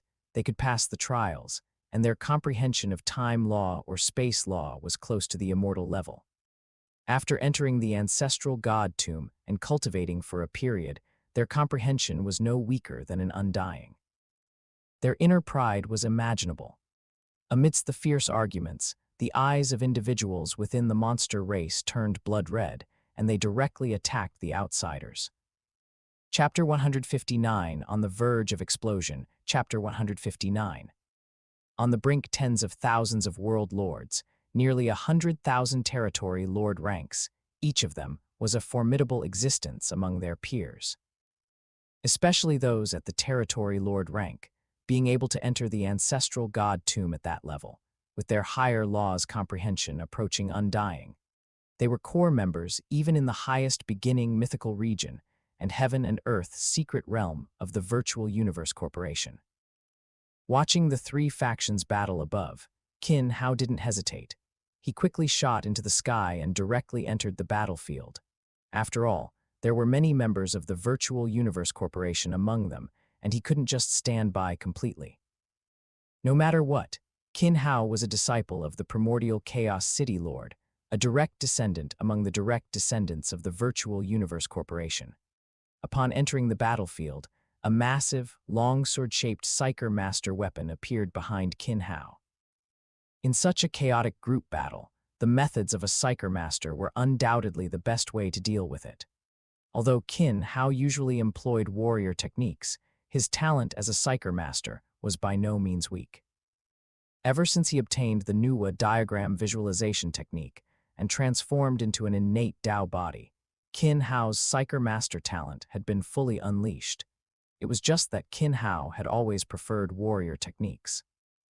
After all, from his humble beginnings, Qin Hao had always relied on warrior methods. This Psyker Master weapon was also a time law and space law Psyker Master divine weapon that Qin Hao had exchanged for, a derivative of the 9 great divine weapons. However, it was an extremely niche Psyker Master divine weapon. After the longsword appeared, countless golden and silver miniature swords, as thin as cicada wings, began to fly continuously from its blade. There were 108 types of both golden and silver miniature swords. Once they appeared, they transformed into 2 rivers of sword Kai, 1 golden, 1 silver, and swiftly swept across the battlefield. As Qin Hao joined the battlefield, he quickly engaged in combat, rapidly harvesting the strong individuals from the monster race and indigenous human race factions. However, Qin Hao treated the two differently. Every monster race member he attacked was essentially killed outright. The indigenous human race fared relatively better. After being severely wounded, they were knocked down from the sky, and most of them were spared. Of course, for the few who didn't know their place, Qin Hao wouldn't indulge them either. Who is this person? How is he so strong? He's an outsider. His weapon is what outsiders call a Psyker Master weapon. Which faction is he from? A territory lord rank, yet his application of time law and space law is so skillful. Shouldn't such comprehension have already taken him to the second layer of the battle arena? It's Qin Hao, a primitive mystical region member who just joined the Virtual Universe Corporation. It's said that he already comprehended 108 fundamental essences of time law and space law in primordial Chaos City. I didn't expect him to have grown to such a degree in less than 100 years. I never imagined the Virtual Universe Corporation had such a genius. The members of the Virtual Universe Corporation quickly recognized Qin Hao. After all, the genius battle had not long passed, and Qin Hao's performance was so monstrous that he naturally attracted the attention of geniuses from various mystical regions. Although one couldn't directly leave the ancestral god tomb, it was still connected to the virtual universe. One must know that behind the virtual universe was Yuan, the strongest individual in the universe, see back then, as well as a universe lord of the automaton race. As long as it was within human territory, it was covered by the virtual universe. Qin Hao's power caused the indigenous human race and the monster race to retreat steadily, one by one ceasing combat and fleeing towards the periphery. Qin Hao did not pursue those who fled. Besides comprehension, combat was also a part of growth within the ancestral god tomb. This small ancestral god tomb was also a battlefield, albeit not a large one. Such three-way conflicts were not new, and each time, a large number of world lords and territory lord ranks would fall. It was precisely for this reason that, although this layer of the ancestral god tomb had accumulated many strong individuals over countless years, the number of people on each layer was not as disparate as one might imagine. The danger level of Visaar Star being ranked first was self-evident. Each battle was a life-or-death struggle. This time, Qin Hao participated. Otherwise, at least one-third of the human geniuses involved in this battle would have perished. Seeing the battlefield gradually disperse, Qin Hao said nothing more, nor did he communicate with the Virtual Universe Corporation members. Instead, he shot directly into the sky and entered the Nine Heavens Palace. After another period of comprehension in the Nine Heavens Palace, Qin Hao directly chose to challenge for entry into the second layer of the battle arena. Challenge. As Qin Hao's voice fell, the starlight before his eyes vanished, and the surrounding energy quickly converged, forming a silver figure before him. The moment the figure appeared, it immediately attacked Qin Hao, exuding an incredibly powerful aura. It was several hundred times stronger than the silver figure on the ninth layer of the battle arena in the previous trial, a massive leap in power. The strength of the 12th heavenly bridge. After a few clashes, Qin Hao gained a detailed understanding of the silver figure's strength. Such strength, even in the primitive mystical region of the Virtual Universe Corporation, would typically only be achieved by a world lord. After all, among the Virtual Universe Corporation, the strongest comprehension at the territory lord rank was only at the 11th layer. However, for Qin Hao, the opponent before him was not enough to make him exert his full power. After fully comprehending the 108 fundamental essences of time law and space law, Qin Hao was already able to defeat the opponent on the 12th layer of the battle arena of the Universe Tongshan Bridge.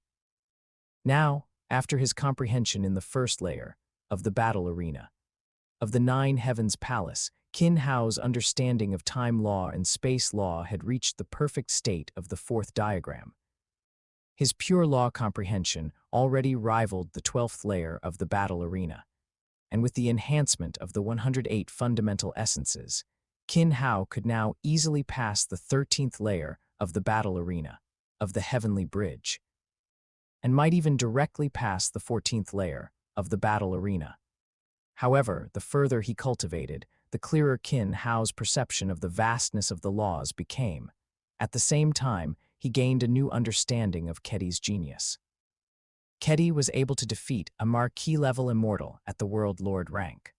Although Luo Feng in the original novel was comparable to a champion at the World Lord rank, the talent gap between the two was still significant. Luo Feng's strength lay in his powerful genes, coupled with the enhancement of his king armor, which allowed him to contend with a king-level immortal in terms of basic strength. But what about Kedi? He didn't have Luo Feng's fortuitous encounters in terms of genes, at most reaching 100 times, which wasn't outstanding compared to an undying. In terms of equipment, judging from the primordial Chaos City Lord's behavior, he wouldn't receive special favoritism either. Under these circumstances, to be comparable to a marquee-level immortal, his only reliance was his comprehension of laws. Qin Hao even speculated that by the time Kedi fell, he had already fully comprehended 3 directions of both time law and space law, and once fused, he could directly reach the venerable level. However, these were all mere speculations. For the current Qin Hao, the most important thing was to improve his strength. If he could elevate his comprehension of time law and space law, and if his crimson bright 9 heavens diagram could break through further, then even facing a king-level immortal, he would be able to utterly crush them. Chapter 160 Domain Master Level Check-in. Qin Hao's battle with the Gatekeeper proceeded very quickly. Qin Hao did not drag his feet at all, fully unleashing his strength after a brief probing. Behind him, golden and silver miniature swords rapidly converged. Every 108 golden and silver miniature swords formed a river of stars, and 8 such rivers of stars formed a massive galaxy. The 8 long rivers, controlled by Qin Hao's will, swiftly charged towards his opponent. He was given no chance to resist. In an instant, the rivers passed through his body, directly pulverizing him into nothingness, scattering into streams of cosmic energy. After the silver figure vanished, a beam of light appeared in the center of the 9 Heavens Palace, directly enveloping Qin Hao. The surrounding environment rapidly changed, and when Qin Hao reappeared, he was already in an unfamiliar world. In this strange world, Qin Hao looked up to see the 9 Heavens Palace suspended at the very center of the sky. Furthermore, Qin Hao could feel that in this layer of the world, the time law and space law became even clearer, with a clarity about 1.5 times that of the first layer. Moreover, the rules of the second layer were not much different from the first, though the restriction of at least one battle every 7 days was removed. However, if the number of comprehension attempts reached 0, one would still be forcibly expelled from the ancestral god tomb. Additionally, the comprehension attempts from the first layer could not be directly used. They could only be exchanged for second-layer comprehension attempts at a 10-1 ratio. The tens of thousands of comprehension attempts accumulated in the first layer were directly reduced to just over 1,000. However, this did not affect Qin Hao. It was entirely sufficient to complete the comprehension of the second layer. Instead of directly exploring the second layer, Qin Hao immediately found a hidden spot to perform his Territory Lord rank check-in. On the rudimentary interface within his sea of consciousness, the check-in button lit up again. Qin Hao did not hesitate and pressed it directly. Check-in successful. Territory Lord rank check-in. Obtained 1 drop of Destroyer's essence blood. Subsequently, a stream of light entered Qin Hao's sea of consciousness. What is a destroyer? Qin Hao was filled with doubt. He had no impression of such a name as destroyer. However, Qin Hao quickly sensed something different from the blood within his sea of consciousness. The power was not immense. Compared to the essence blood of Kong Xuan, ancestor of time and Dijiang he had previously obtained, the destroyer's essence blood contained very limited energy. However, the aura emanating from the essence blood pleasantly surprised Qin Hao. Wind law, law of thunder, law of light, time law. The aura of these 4 laws meant that the creature from which this drop of essence blood came was a special life form possessing these 3 laws. Furthermore, comparing it with his second clone, this special life form's genetic level was not low. It was even slightly higher than his second clone. It seems the choice for my third clone has been made, Qin Hao decided. He had always lacked good ideas for his third clone. Within the Virtual Universe Corporation, he had searched for information on many special life forms, but very few possessed 4 powerful talents and strong genetics. Even within the Virtual Universe Corporation, there were no materials for these creatures, leaving Qin Hao at a loss for his third clone. He had originally been waiting to see if check-ins would yield suitable clone materials, and now it had appeared at the Territory Lord rank. However, this drop of essence blood could not be used immediately. The third clone could only be nurtured at the World Lord rank, so he still had to wait. Fortunately, Qin Hao did not plan to stay at the Territory Lord rank for too long. Moving forward, besides comprehending laws, all his time would be dedicated to increasing his cultivation. After the check-in, Qin Hao directly flew rapidly towards the 9 Heavens Palace suspended in the center. Since he had reached the second layer, he would first go to comprehend once, resolve the doubts in his mind, and convert his accumulation into law comprehension. Entering the second layer of the 9 Heavens Palace, it was very similar to the first layer. A void world with 2 massive nebulae constantly rotating within it. Qin Hao did not hesitate, quickly took out the Bodhi fruit and the enlightenment cushion, and swiftly entered a state of comprehension. However, this process did not last too long. After one day, Qin Hao was directly repelled from the Nine Heavens Palace. Outside the Nine Heavens Palace, looking down, a massive gathering area appeared before Qin Hao. It covered an area of hundreds of thousands of kilometers around, with many divine temples standing in the central region, each occupying over 100 square kilometers. The further one went to the periphery, the smaller the area occupied by residences. Furthermore, the entire area was divided into multiple modules. The very center was like a huge city, bustling with constant pedestrian traffic and various transactions. With the market as the center, the surrounding area was fan-shaped and divided into 3 parts. Moreover, each part was further divided into 3 regions: Undying at the core, World Lord in the middle, and Territory Lord rank at the outermost periphery. The styles of the 3 regions also differed greatly. One was very fervent and filled with a beast-like aura. One was very ancient and similar to the architectural features of Visaar's human cities, and one was very complex, with a sense of technology mixed with various different styles. Qin Hao immediately distinguished the forces represented by these 3 parts: the native demon beasts, the native human race, and the human outsiders. Although the forces were different, the class distinctions were very similar. What a strict hierarchy, Qin Hao couldn't help but sigh. However, he paid no attention to the current situation. After exiting the Nine Heavens Palace, Qin Hao flew directly from the sky towards the area representing the cosmic human race's power, stopping at the outermost edge and beginning to construct his own cultivation grounds. At a location hundreds of kilometers from his nearest neighbor, Qin Hao completed the construction of his house. A small garden with the style of a Jiangnan water town was quickly built by Qin Hao. At the same time, Qin Hao also set up formations around the small courtyard. Although he hadn't spent much time researching formations for the comprehension and application of laws, Qin Hao had never neglected his understanding of formations, and he was still able to set up some relatively basic ones. The formations around the small courtyard now were a simple illusion array, a trapping array, a warning array, and a defensive array. Inside, there was also a more complex Little Zhu Tian array. The Little Zhu Tian array was a formation Qin Hao learned through the Great Zhu Heavenly Stars formation, integrating 108 spatial law essences and temporal law essences into it. Within the ancestral god tomb, the strength that could be unleashed was still very powerful. Additionally, the formation flags Qin Hao refined were not made of ordinary materials. They could even withstand the attacks of an undying for a period of time. Chapter 161, Intense Training Plan in the Small Courtyard. Qin Hao sat in the garden, not immediately beginning his cultivation. He took out a small table, a chair, 4 plates of dried fruit, a pot of tea, and a tea set from his world ring, looking as leisurely as if on vacation. As his mood gradually calmed, Qin Hao began to plan his upcoming cultivation. His cultivation in the ancestral god tomb would be incredibly long.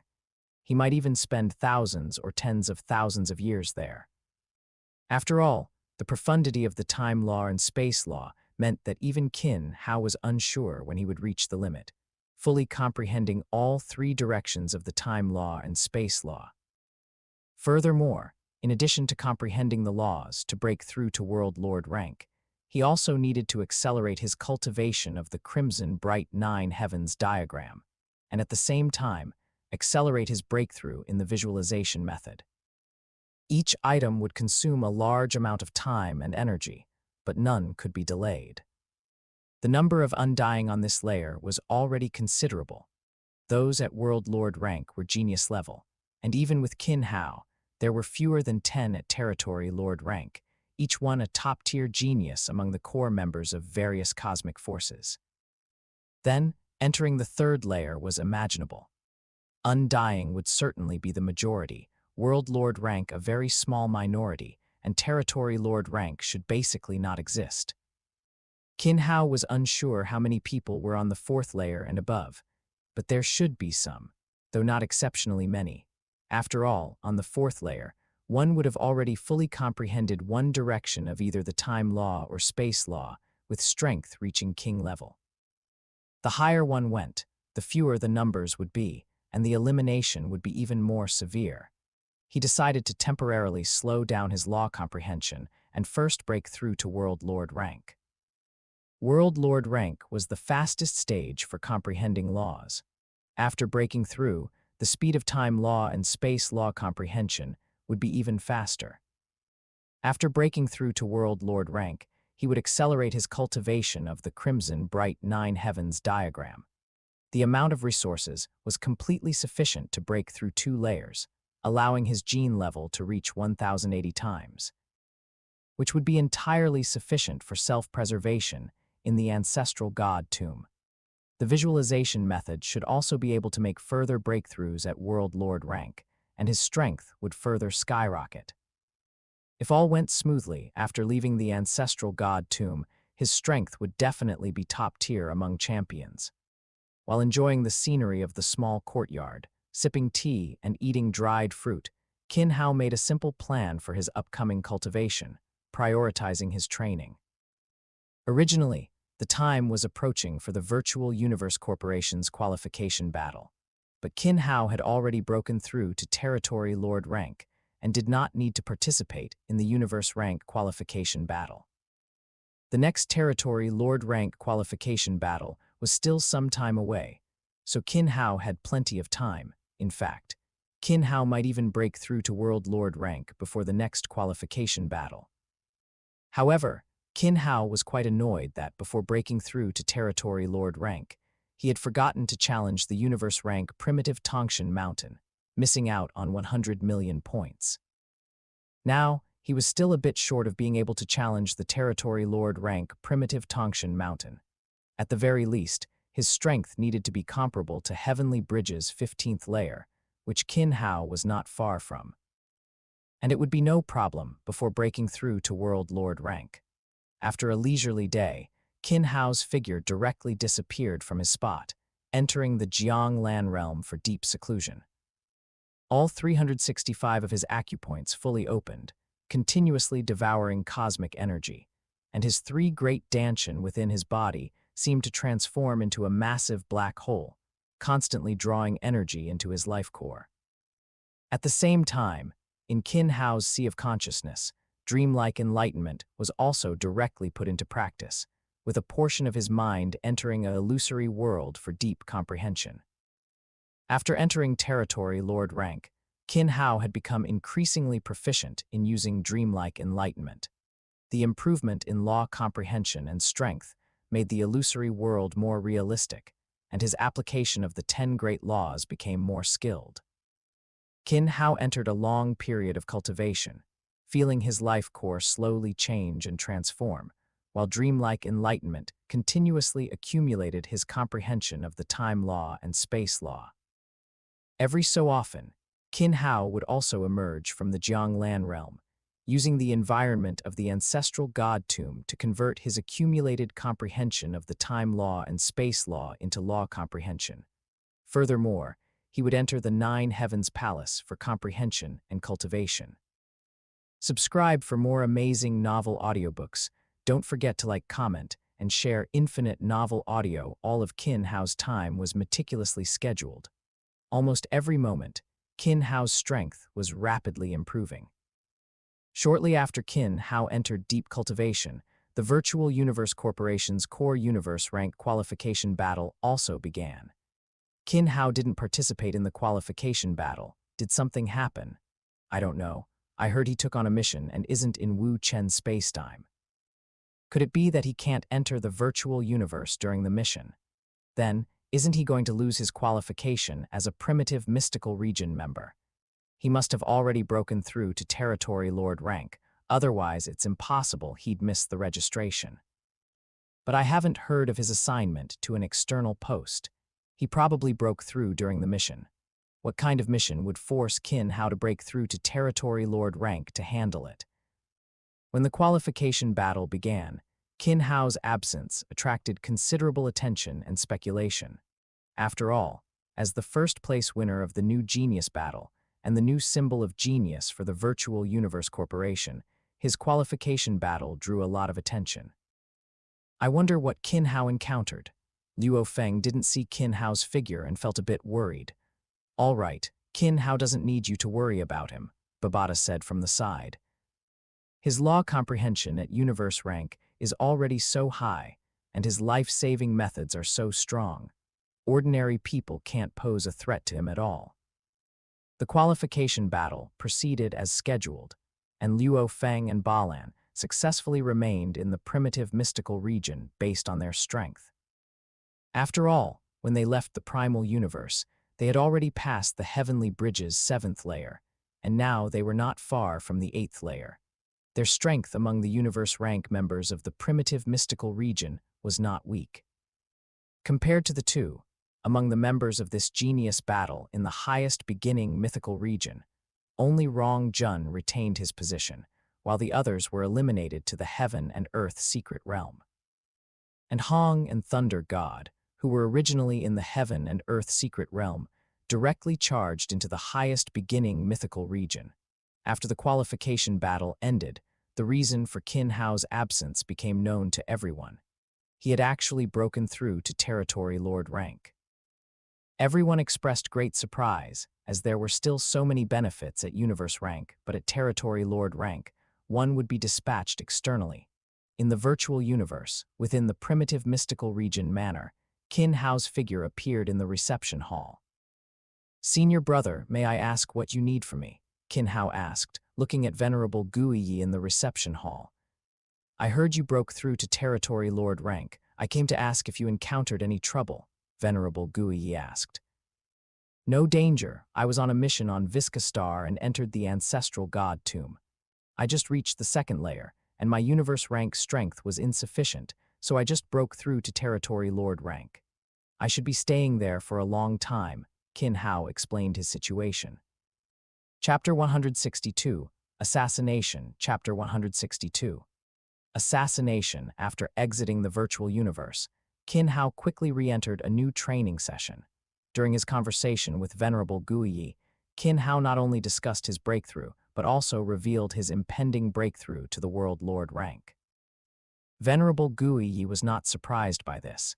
He was very familiar with Visaar Star, having even entered it before, and naturally knew about the opportunities it held. To seize these opportunities, breaking through to the World Lord rank was undoubtedly the best choice.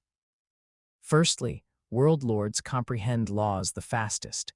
Even undying beings, to a certain extent, cannot compare to the comprehension of laws by those at the World Lord rank. Especially concerning higher laws, the comprehension of World Lord rank individuals is even much faster than that of undying beings. However, the lifespan of a World Lord is very limited, and comprehending higher laws is extremely difficult.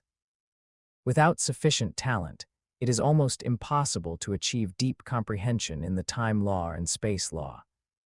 Just like Hong's teacher in the original work, although he comprehended the time law, he wasted a vast amount of time, making the breakthrough to undying within his limited lifespan his greatest challenge. However, none of this was a problem for Qin Hao. His current comprehension speed already surpassed that of many World Lords.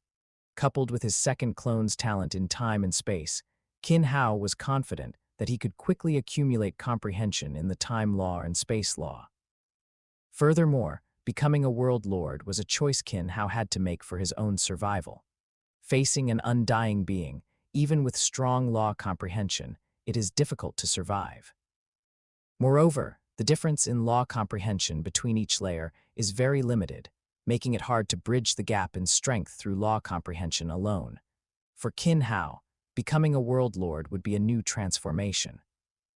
The all-round improvement in his strength, the rapid advancement of the Crimson Bright Nine Heavens diagram, the increase in his gene level, coupled with his comprehension of laws, made Qin Hao confident that he could survive against an undying being, or even counter-kill them. Besides this information, Qin Hao also consulted Venerable Guiyi on many other issues.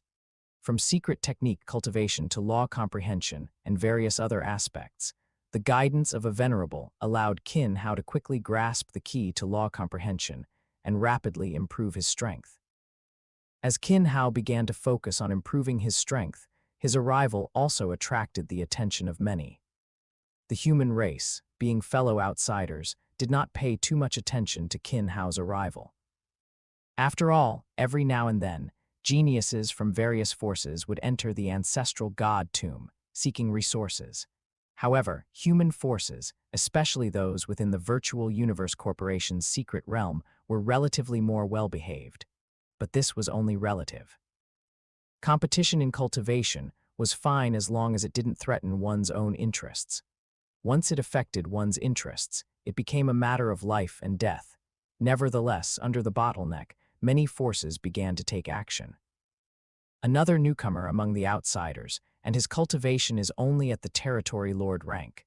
No, we must get rid of him quickly, or we will be squeezed out again. Inside the immortal temple of the monster race, several undying beings began to discuss. It's simple to get rid of him, but we can't act rashly. Once we make a move, the outsiders will surely retaliate, said another Fox clan undying. Among the many undying beings, his strength might not be the greatest, but his intelligence was the best, and he was highly regarded by the other undying beings. Then let's send a few world lords to test him first. If they kill him, exchanging a few world lords for a top genius is worth it. If it doesn't succeed, then this person. As he spoke, a light flickered in the Wolf Clan Undying's eyes. To be able to enter the second layer of the battle arena, of the ancestral god tomb at the territory lord rank, and defeat a world lord, his talent and strength in the time law and space law needed serious attention. He might even have to be eliminated.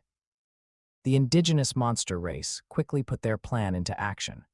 A 5-person team swiftly and stealthily infiltrated the human race's territory from the monster race's domain. This was made possible because Qin Hao's chosen location was on the outskirts of the human gathering area, even a certain distance away from the very edge. The deployment of a 5-person monster race team undoubtedly showed their attention to this operation. The 5 world lords were all elites, and they were not far from the 13th layer. Be careful, we have entered the outsider's territory. If we are discovered, the only outcome is death, said the leading Fox Clan world lord. As the core of this team, he was the strongest in both strength and intelligence. He was also in charge of the overall situation for this mission and took it very seriously. Although there was a certain chance of death, if they could successfully kill that outsider genius, he would definitely obtain more resources and break through to undying. In his opinion, even if the human genius was powerful, he was still very weak compared to the monster race.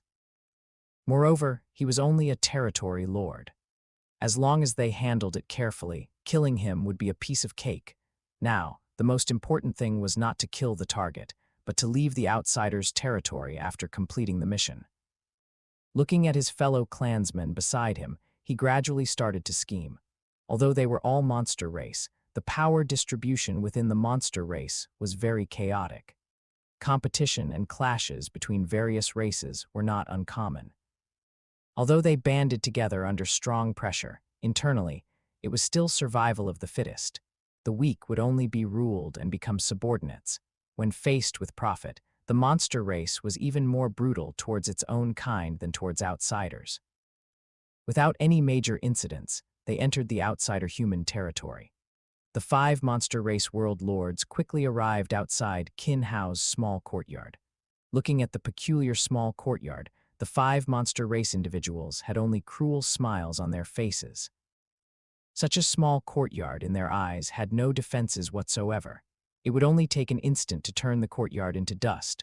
Unfurl your worlds, attack simultaneously, and then quickly flee in separate directions, the Fox Clan world lord said, and then was the first to unfurl his world. The other 4 monster race individuals followed suit, unfurling their worlds and beginning to approach Qin Hao's small courtyard. Someone's here.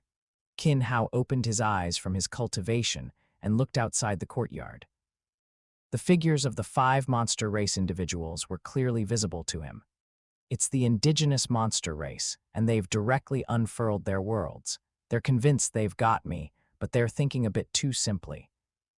Qin Hao showed no panic towards the 5 World Lord rank monster race individuals.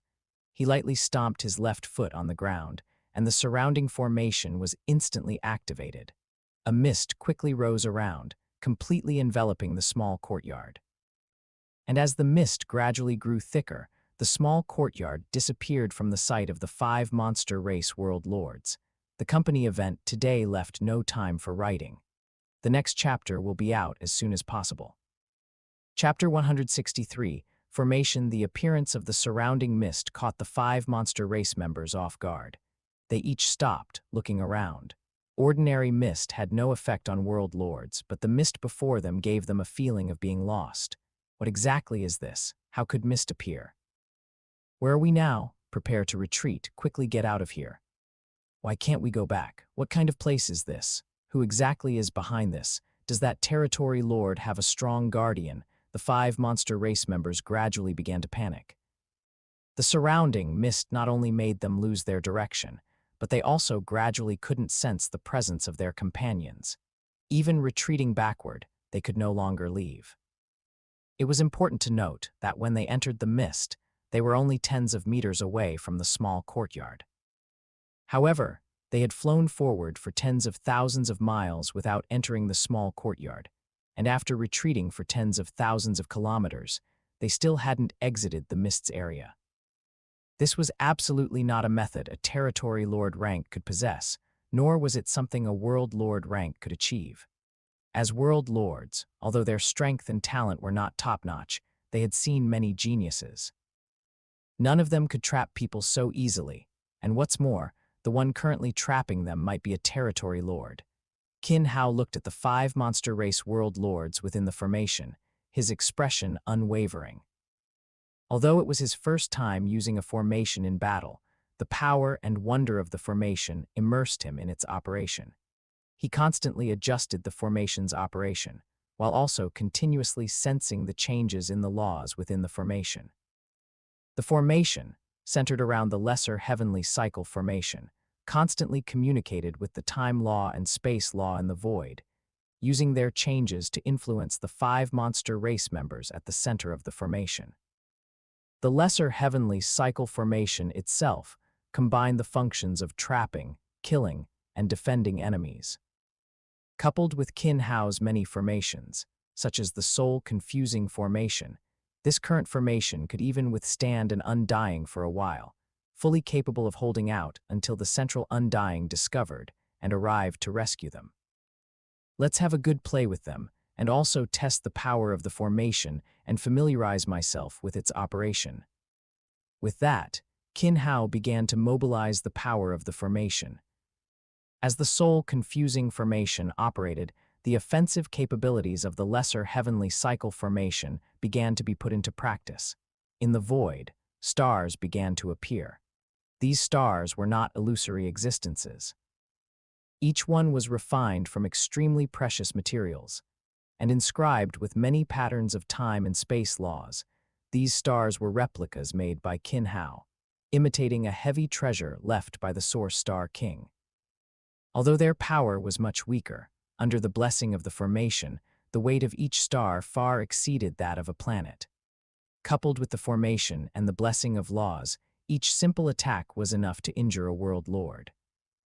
After the stars appeared, they began to rapidly rotate, invoking laws and driving the power of laws, continuously attacking the 5 monster race members at the center of the formation. The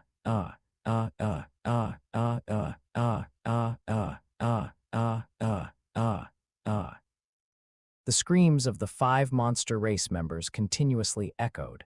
Each attack was not enough to take their lives, but it made them difficult to resist. Each attack continuously damaged their bodies and consumed their strength. Even opening their world and mobilizing world power for full defense was futile. The trajectory of each star was extremely strange. Even if they had some comprehension of the higher laws, it was only one of them. Now, with each movement of the forming stars before them, it seemed as if a trace, a hint of a trajectory could be seen, yet it was always elusive, leaving them in a passive state. This cannot continue. If it does, even surviving might be a problem. The Fox Race World Lord constantly pondered. his eyes rapidly scanning the surroundings. The bizarre methods and powerful strength indicated that the territory lord in this small house was definitely a top-tier expert among the external forces. Since he couldn't be defeated, then surrender was the only option. The strong prey on the weak submitting to the strong was natural. His status within the monster race was limited, and he didn't know when he would be able to break through to undying. Without becoming undying, a world lord was merely a slightly stronger ant. This was true in the ancestral god tomb, and it was also true in the outside world. Visaar had many undying, but none could leave, only confined to a small planet, unable to depart for their entire lives. They could only swagger before a group of natives in such a narrow world. As he thought, the fox race world lord became more convinced of his decision, and he gradually made up his mind. This determination was not just submission to a stronger being, but also a choice for the future. To become a world lord and enter the second layer of the battle arena of the ancestral god tomb, possessing a certain talent in higher laws, after breaking through, he would also be a decent expert among the undying. Was it to continue enduring in the ancestral god tomb, or to gamble on his future? Although the fox race was not the strongest among the monster race, their cunning nature allowed them to better cope with everything. The territory lord before him, whether he had a strong backer or possessed great talent and bizarre methods, would be a good choice. A territory lord entering the second layer of the battle arena, of the ancestral god tomb, it's not impossible for him to eventually reach the Nine Heavens Palace, and even be able to leave the ancestral god tomb and leave Visaar. His inner desires swelled, and the surrounding environment began to change. The soul-confusing formation itself targeted the soul. Once a weakness appeared, then it would be at Qin Hao's mercy. As the fox race world lord underwent his change, Qin Hao quickly controlled the soul-confusing formation to operate rapidly. At the same time, a wisp of his spiritual sense was released, and the myriad beast atlas appeared, directly taking the fox race world lord into the atlas. Greetings, master. Kuka of the fox race awaits your command. After the fox race, world lord Kuka appeared. He respectfully said to Qin Hao, "Why are you here?" Qin Hao asked. He hadn't even had a chance for the territory lord to be chased by foreign races, and instead, he was ambushed once in the secret realm of the primitive zone. Master, Carmen's learned that a newcomer had arrived among the outsiders, and he only had the cultivation of a territory lord. He wanted to eliminate you, master, Kuka said, without any concealment of the undying monster race's intentions. Qin Hao was also a little surprised to hear this. He hadn't been in the second layer of the battle arena, of the ancestral god tomb for long, and he rarely showed himself, yet he hadn't expected to attract attention. Chapter 164, Low-Key Development. Chapter 164. Lay low and develop. Kuka's words made Qin Hao fall into deep thought. After entering the second layer of the battle arena, of the ancestral god tomb, he had been very low-key, not even communicating with other members of the human race. He had directly chosen a remote place to settle down. He hadn't expected to still be targeted. Qin Hao knew that it must have been other members of the human race who spread his information. After all, communication between different areas mostly occurred within the central commercial district. Other areas were generally in a state of opposition. Compared to the first layer, the clashes between the five great powers in the second layer were more frequent and more intense. In fact, large-scale battles would occasionally break out. Mutual surveillance and infiltration had become the norm, like a microcosm of the primordial universe.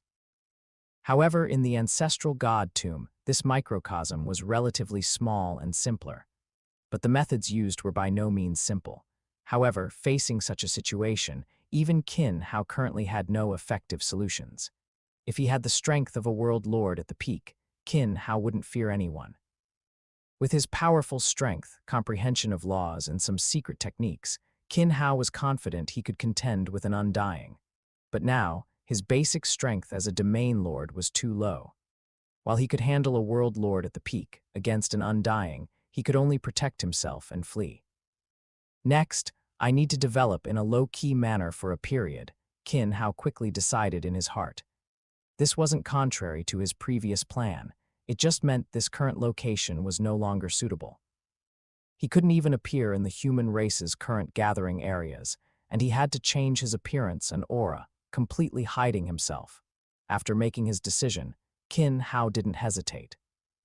He swiftly activated the entire Grand Array to control the remaining 4 monster race world lords and absorb them into his myriad beast atlas.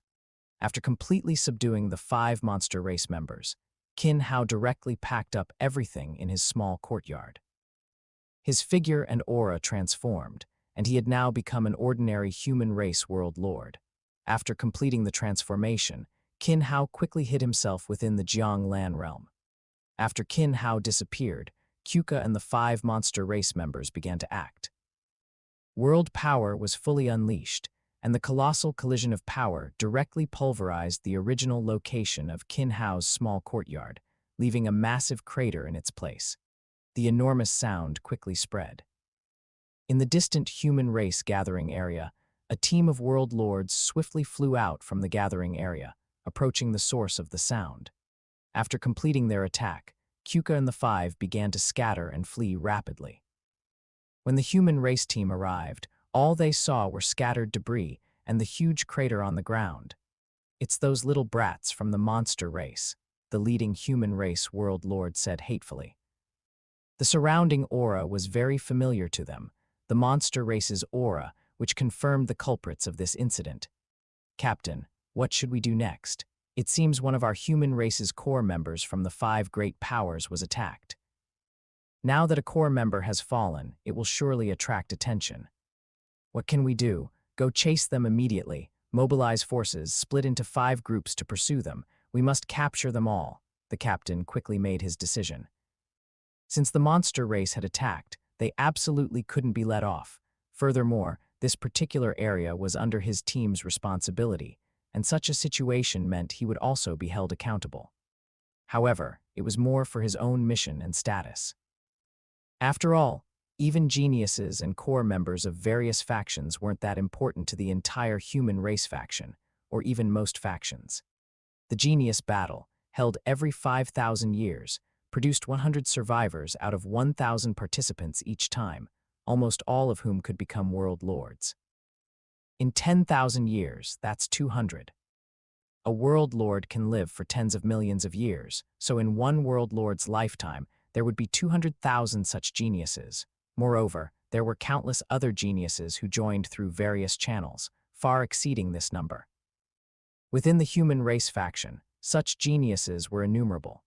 Each faction truly focused on the top-tier geniuses, like Qin Hao, Balan, and Luo Feng, geniuses who had hopes of becoming venerables, or even a slim chance of becoming a universe lord. For many factions, an undying no longer played a significant role. Only top-tier power was the fundamental stability of a race. Undying were merely the backbone, and even then, they needed to be champion-level undying to be considered a true backbone.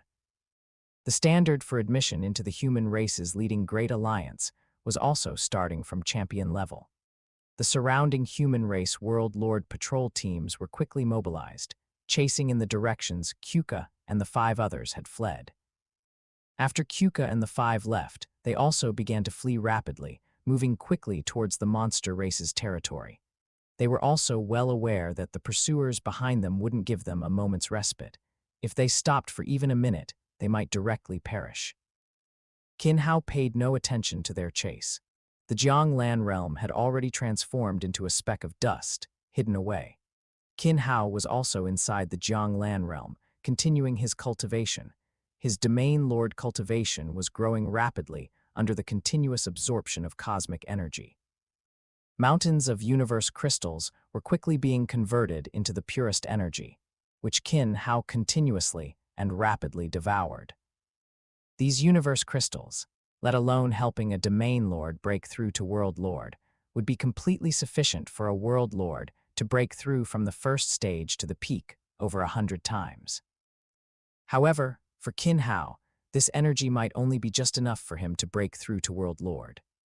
Qin Hao not only had a lower Danshan, but also an upper Danshan and a middle Danshan, and all three Danshans needed to break through from Domain Lord to World Lord. Furthermore, each was 90 times the size of a normal World Lord's. In addition, there were the metal law of metal, wood, water, fire, and earth, the 6 spaces, as well as the new stars he had envisioned when breaking through to Domain Lord, which had also opened up their exclusive spaces within his body. Coupled with Qin Hao's progress in cultivation and visualization during this period, the stars in his sea of consciousness, along with the spaces and Danshans in his body, had reached 18. Although these spaces didn't require 90 times the energy like the Danshans, they still needed about 10 times the energy. Qin Hao, at this point, could be described as a major consumer of energy. What's more, the continuously operating crimson bright 9 heavens diagram was also devouring energy. This made the energy consumed for each of Qin Hao's breakthroughs extremely vast, and the energy he needed to absorb was also extremely immense. If it were an ordinary person, slowly absorbing energy would require an extremely long time. Qin Hao, with the aid of his 360 acupoints and countless pores, pushed his energy absorption to the extreme, giving him the confidence that even with such a vast amount of energy, he could still break through in a short period. However, this so-called short period was relative to most cultivators. Compared to the force-fed absorption method of the Virtual Universe Corporation, it was still somewhat slower. Chapter 165, a century. Chapter 165.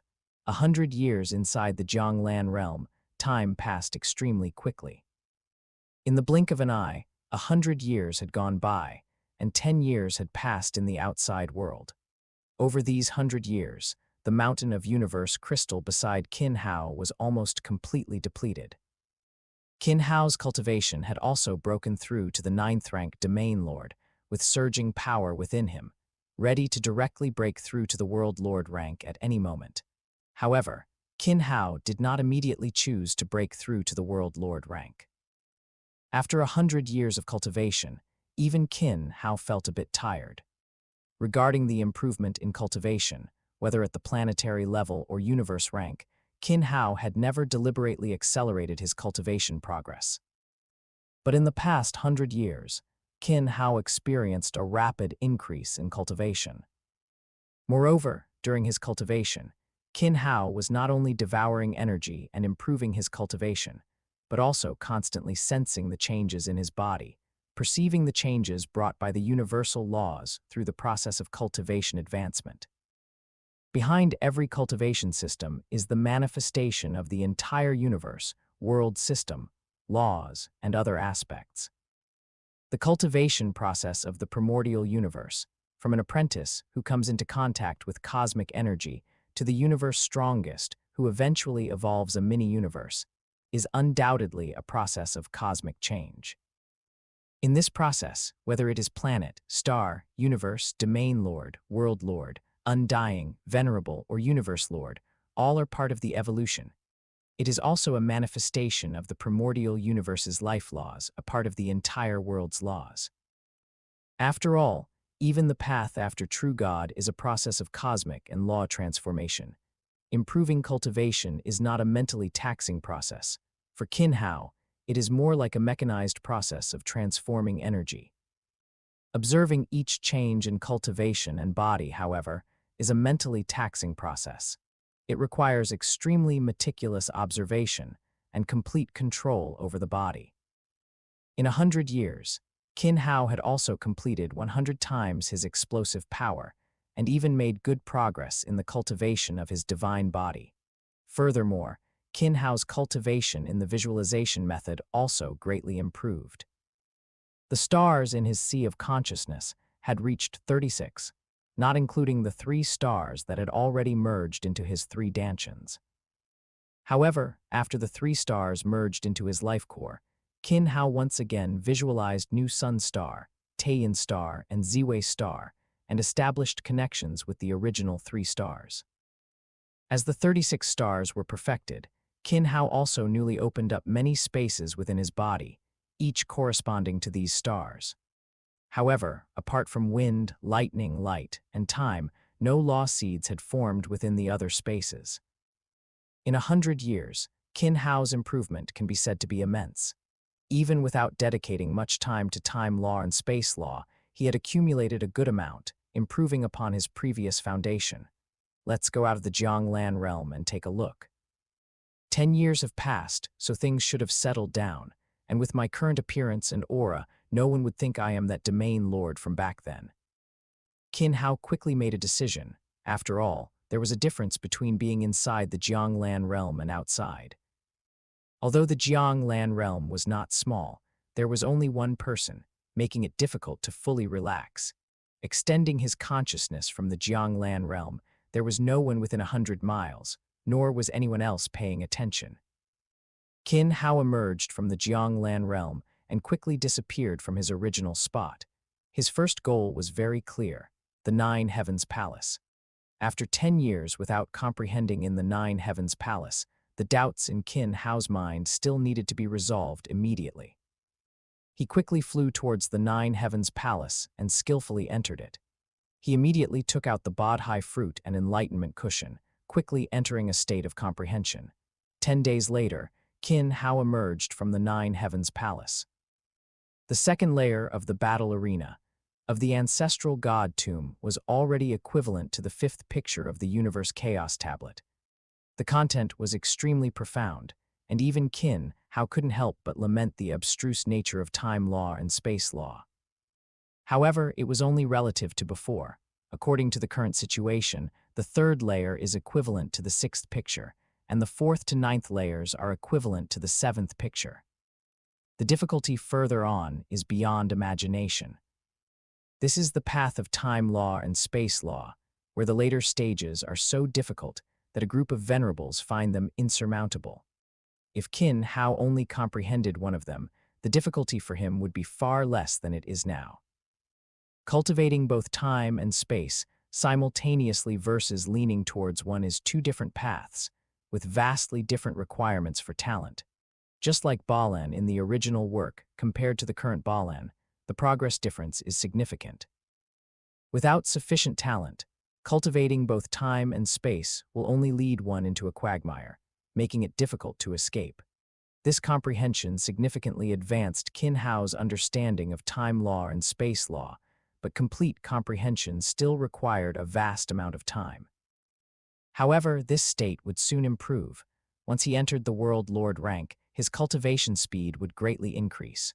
Moreover, the Crimson Bright Nine Heavens diagram was about to break through, and the improvement in gene level would further enhance his perception of laws. While contemplating, Qin Hao's figure quickly arrived in the commercial district on the ground. Entering the commercial district, he found it incredibly vast, with buildings arranged like fish scales, crisscrossing streets, and various exotic races, which overwhelmed Qin Hao. Although he was a core member of the Virtual Universe Corporation, Qin Hao's knowledge of the universe was still very limited. Facing so many races, his heart was full of curiosity. However, he was more curious about whether there were any more special resources in this ancestral god tomb. After all, the fallen place of an ancestral god, a top universe lord, would surely leave behind more resources than just inheritances like the Nine Heavens Palace. Even within the human race's territory, most treasures and heavy treasures would be divided, while other resources would largely be kept as backup opportunities. Just like the Blood River crystal in the Blood Luo world, it has a certain effect on many high-ranking members of the human race, but the human race only controls it and does not fully possess it. Walking along the street, Qin Hao continuously observed every shop around him. The shops contained various resources and strange items. However, most of the resources were not particularly unique. Many were even just some external food, resources, and similar items brought by newly arrived world lords. The entire trading area was dominated by world lords, with undying beings being a minority. However, as an area jointly maintained by the three major powers, even undying beings would not dare to cause trouble here, nor would anyone dare to violate the trading rules here. After all, this is a process where everyone gets what they need. Every power requires some special items from other powers. Once an error occurs and the balance is broken, it leads to an all-out war. Chapter 166, Divine Crystal Trading, Chapter 166. Divine crystal transactions walking along the streets. Qin Hao constantly entered and exited various shops, searching for rare items that might be useful to him. However, after traversing more than a dozen streets, Qin Hao was quite disheartened by his meager harvest. There was almost nothing peculiar in the shops on all the streets. Most of the items were novelties brought by outsiders like Qin Hao. The things that the indigenous human race and monster race could offer were more resource-oriented, and truly special native items were extremely rare. Although disheartened, Qin Hao did not leave immediately. Coming here was always a process of prospecting. If he found something, great. If not, he considered it a leisurely outing. Divine crystals, large quantities of divine crystals, come and buy them quickly. As he entered another street, shouts reached Qin Hao's ears. A roadside vendor was holding a divine crystal and constantly hawking it. However, no one paid him any attention. They didn't even glance at the divine crystal. Seeing this situation, Qin Hao was quite curious. Divine crystals were considered rare on Visaar. Even among undying families, only a small number existed. Now they were being openly sold like this, and no one even bothered to look. How are you selling these divine crystals? Qin Hao walked closer, picked up a divine crystal, examined it, and asked, "It's clear, brother, that you're a connoisseur." Divine crystals are incredibly hard to come by, so naturally, the price isn't cheap, the scrawny vendor said with a smile, his eyes darting around. Qin Hao observed the vendor's expression and understood the trick. Although he didn't fully grasp the situation within the ancestral god tomb, he could tell from the attitude of others that these divine crystals held little value here. Otherwise, no one would be ignoring them. Qin Hao held the divine crystal in his hand and didn't answer directly. While he was somewhat curious about the divine crystal, he didn't immediately make a move. He had obtained divine crystals outside the ancestral god tomb before and had used them to enter the ancestral god tomb. When he was outside, Qin Hao had carefully observed the divine crystal. However, he hadn't discovered anything else. It contained the power of the time law and space law, which he couldn't manipulate at all. It was only when he entered the ancestral god tomb for the trial that he saw the divine crystal being converted into energy to initiate the ancestral god tomb trial process. Now, holding the divine crystal again and sensing the power it contained, Qin Hao channeled his mental energy into it.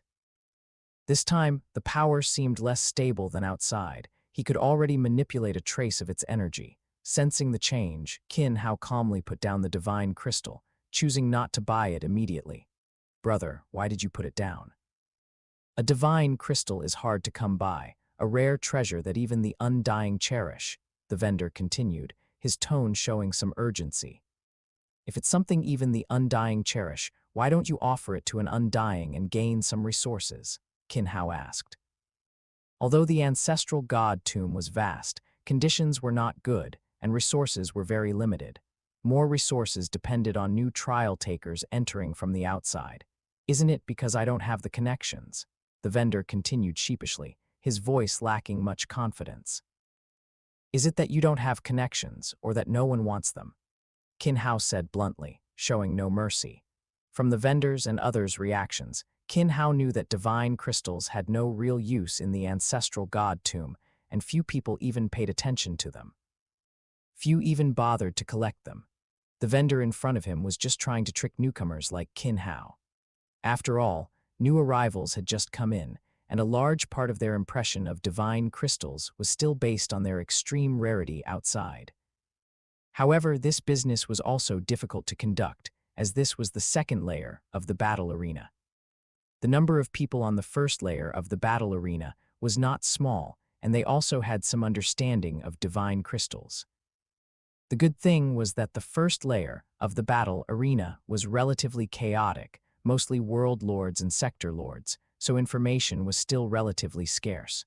"How many do you have? What's the price?" Just as the vendor felt disappointed and thought he wouldn't gain anything, Qin Hao asked directly. Upon hearing Qin Hao's words, the vendor instantly perked up, his gaze towards Qin Hao changed, and an uncontrollable smile appeared at the corner of his mouth. Don't try to ask for an exorbitant price. Everyone knows the situation of divine crystals in the ancestral god tomb. I just want to collect some to research and see if there are any new discoveries. Also, I don't have many resources, and I need to save some for survival. Qin Hao said straightforwardly, I'll give you one chance to quote a price. I'll take all your divine crystals. If your price is too high, then I'm sorry, there won't be a second chance to quote, Qin Hao continued, his tone firm, leaving no room for negotiation. Qin Hao's firmness made the vendor hesitate. He looked at Qin Hao, unsure how to quote a price. Quoting too low felt unfair, as he had worked hard to collect them, but quoting too high might lose him this customer. 10,000 pieces, 10,000 points, or 12,000 mixed element units. If you pay directly with world crystals, it'll only be 9,000 mixed element units, the vendor finally decided and said. Although each divine crystal was worth a lot of money outside, it had no use whatsoever in the ancestral god tomb and couldn't even be taken out of it. Now, his only option was to sell them here and exchange them for some resources. Upon hearing the vendor's words, Qin Hao also realized that the person in front of him was from an external human race force. However, even so, Qin Hao wasn't prepared to show any favoritism. He chose to pay directly with mixed element units. Among the three payment methods, points were exchanged internally within their respective forces, and he still needed a large amount of energy for his world crystals, so he wasn't going to part with them. Mixed element units could be transferred anonymously through the bank, which wouldn't leave him with too many future troubles. 12,000 mixed element units. Give me your account number, and I'll transfer it immediately, Qin Hao told the vendor. After getting the account number, he directly transferred 12,000 mixed element units, acquired 10,000 divine crystals, and then Qin Hao left directly. I didn't expect someone would actually want your divine crystals. You made quite a profit. A nearby vendor said to the scrawny vendor after Qin Hao left, What profit? It's all hard-earned money, but I really didn't expect anyone would still want divine crystals, the scrawny vendor replied. He's probably a newcomer. These divine crystals can't be taken out of the ancestral god tomb, and they're useless inside. I really don't know why the ancestral god tomb produces so many divine crystals when they're so rare outside. Exactly, they're too much of a white elephant. To think we spent so much effort collecting divine crystals outside to enter the ancestral god tomb, only to find them so common here. All right, enough about that. Come on, I'll treat you to a drink. 12,000 mixed element units is enough to enjoy ourselves for a while. With that, the two packed up their stalls and left. Chapter 167, Realm Lord. Chapter 167. World Lord. After purchasing the Universe Crystal, Qin Hao did not leave immediately, but continued to wander around the commercial district. After touring all the commercial areas and buying a few unique items, Qin Hao directly left the commercial district. Instead of returning to his original residence, Qin Hao directly found an empty courtyard in the Territory Lord rank residential area and moved in. In the entire area, there were many world lords, but there were even more residences, many of which were left by world lords who had previously cultivated there. After they left, new trial takers continuously entered and resided. After entering the small courtyard, Qin Hao set up the array then, without cultivating, he went directly to sleep in the room. For the next year, Qin Hao's life was very simple. He wandered around the World Lord area and met many World Lords from various forces. Many of them were from the Virtual Universe Corporation, and there were even members of the Core Secret Realm among them. In addition, Qin Hao also conducted some exploration of the second layer of the battle arena. The entire second layer of the battle arena spanned hundreds of millions of kilometers and was basically very desolate, with no special plants or creatures, only the core area where trial takers resided. Over the year, although Qin Hao did not deliberately cultivate, his cultivation continued to improve, and even his time law and space law made some progress. The tranquility and peace of his mind allowed Qin Hao's entire heart to settle, and his cultivation became more complete. The life core within him gradually reached its extreme state, needing only a thought to directly break through to the World Lord rank. Entering the Jianglan realm, Qin Hao piled a large amount of universe crystal within tens of thousands of kilometers around him, and at the same time, he set up a spirit-gathering array to rapidly convert the universe crystal into origin energy. With Qin Hao at the center of the universe crystal, he quickly entered a state of cultivation. The life core within his body began to change, and his original power and mental power began to rapidly merge, transforming into world power. As world power was born, the soul crystal and original power crystal began to fuse, and the life core began to change. After the birth of world power, Qin Hao's breakthrough officially began. With Qin Hao's breakthrough, world power was born, the will of the origin descended, and a large amount of world power began to surge into Qin Hao's body. After the world power appeared, it quickly began to form the prototype of a world and rapidly expanded. 100 kilometers, 1,000 kilometers, 10,000 kilometers. 10,000 kilometers was already the size of an ordinary world lord's world, but Qin Hao's world evolution did not end there. The scope of the world quickly expanded to 100,000 kilometers, millions of kilometers, tens of millions of kilometers, until it reached hundreds of millions of kilometers, and the expansion speed did not slow down. As the world rapidly expanded, Qin Hao's internal power also rapidly increased, and his body was constantly undergoing transformation. The crimson bright nine heavens diagram, which had been stuck without a breakthrough, also began to operate rapidly at this time, and with the changes in the world, his body also began to rapidly transform. After Qin Hao's inner world reached 10 billion kilometers, the growth rate began to slow down. But at the same time, Qin Hao's body began to gradually shatter, turning into dust-sized particles. Only the continuously growing world within his body, as well as the 36 Danshan worlds in space, remained to sustain him. The surrounding world power was also rapidly absorbed by the particles, and each particle was undergoing rapid transformation. When the particles completed their transformation, the originally ordinary particles had already turned golden, and the golden particles began to rapidly reassemble. Bones, meridians, muscle fibers, acupoints, muscles, and hair were continuously reforming. After Qin Hao's figure recondensed, his gene level had increased to 360 times. Under the enhancement of 360 times the gene level, the world, which had almost stopped, expanded again until it reached 100 billion kilometers before stopping. After ceasing expansion, the inner world began to rapidly evolve. The 10 great laws of metal law, wind, thunder, light, time law, and space law rapidly descended, continuously constructing a new world within Qin Hao's body. Mountains, rivers, trees, oceans, and land continuously formed. Day and night began to become distinct, and the sun, moon, and stars continuously appeared in the sky. This evolution was more completed under the will of the primordial universe's origin, and it was also a process that every world lord would experience. The completion of one world was just the beginning. Qin Hao had 3 life cores in his 3 Danshans. As one life core completed its breakthrough, the other 2 life cores also began to rapidly break through, entering the world lord rank. It was another long process of world evolution. In the 3 great Danshans, 3 worlds, each hundreds of billions of kilometers in size, formed. Relying solely on the power of these 3 worlds, the current Qin Hao was already able to crush a peak world lord and even clash with an undying. The evolution of the 3 worlds was just the beginning. Qin Hao channeled the world power into the other 33 spaces, performing the one thought creates world.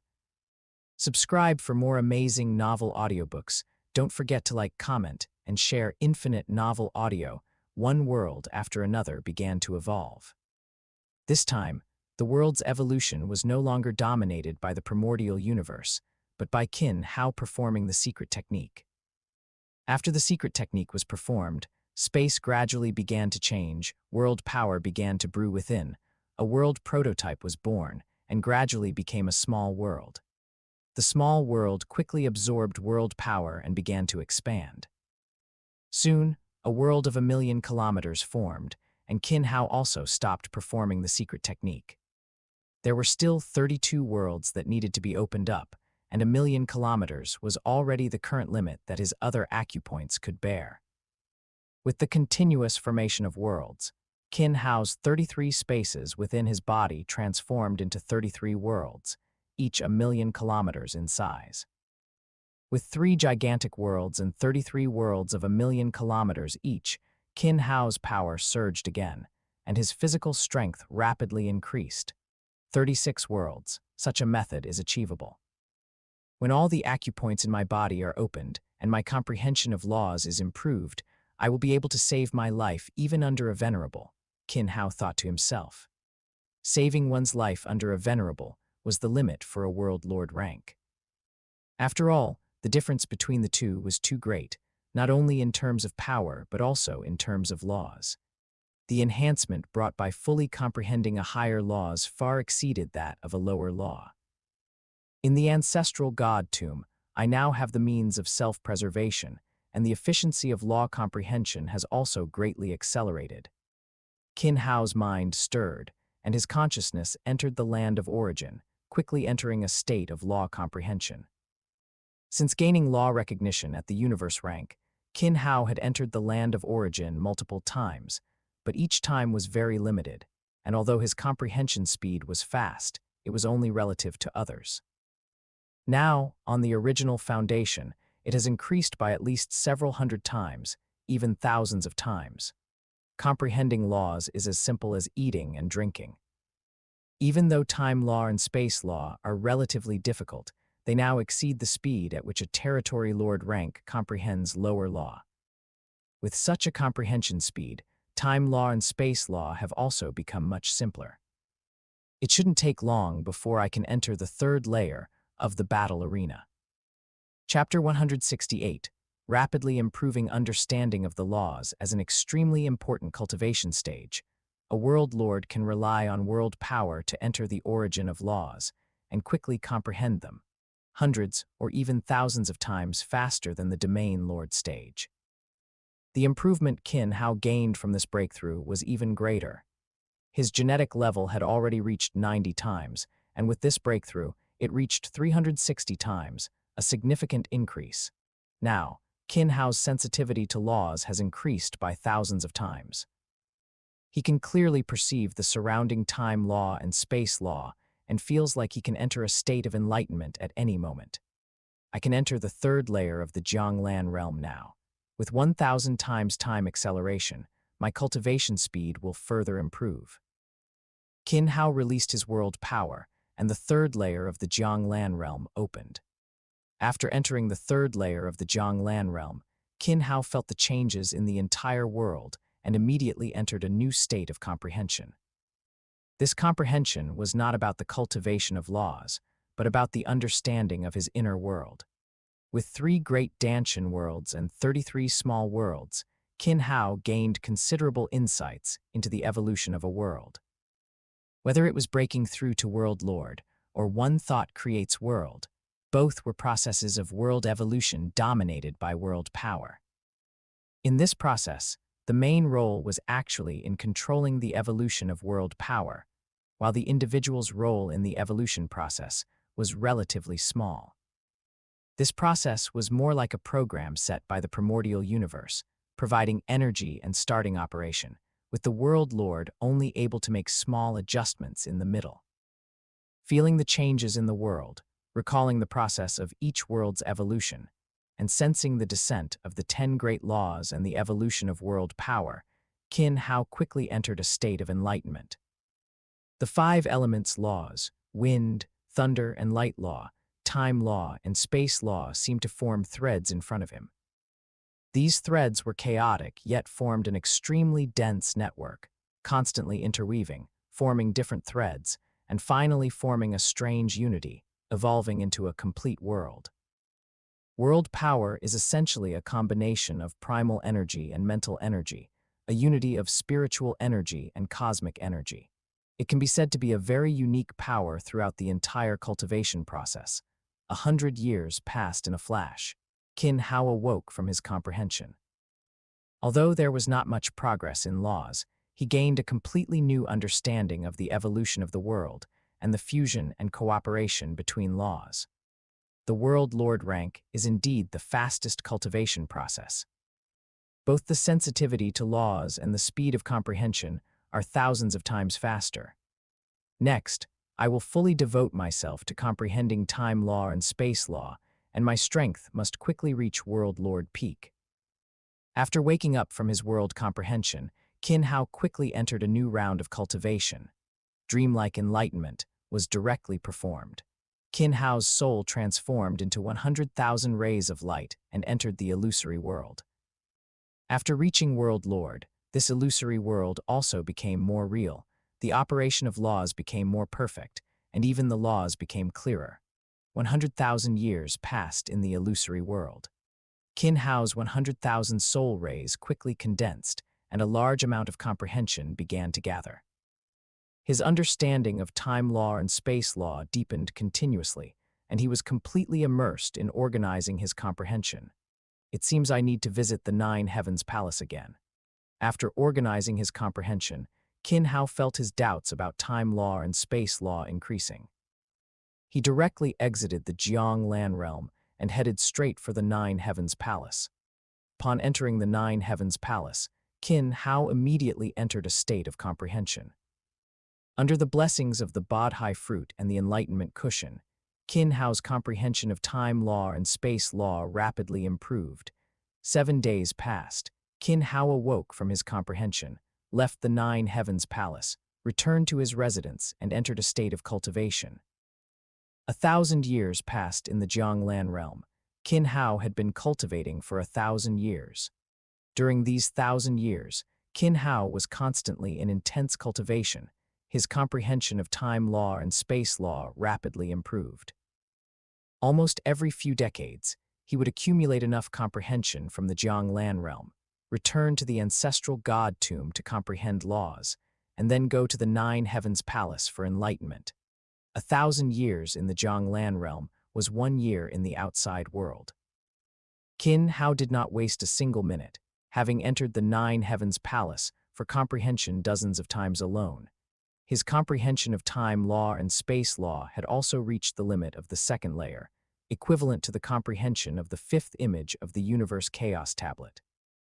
Coupled with his in-depth research into the essence of laws, Qin Hao was confident that he could even challenge the 16th layer of the Universe Tongshan Bridge.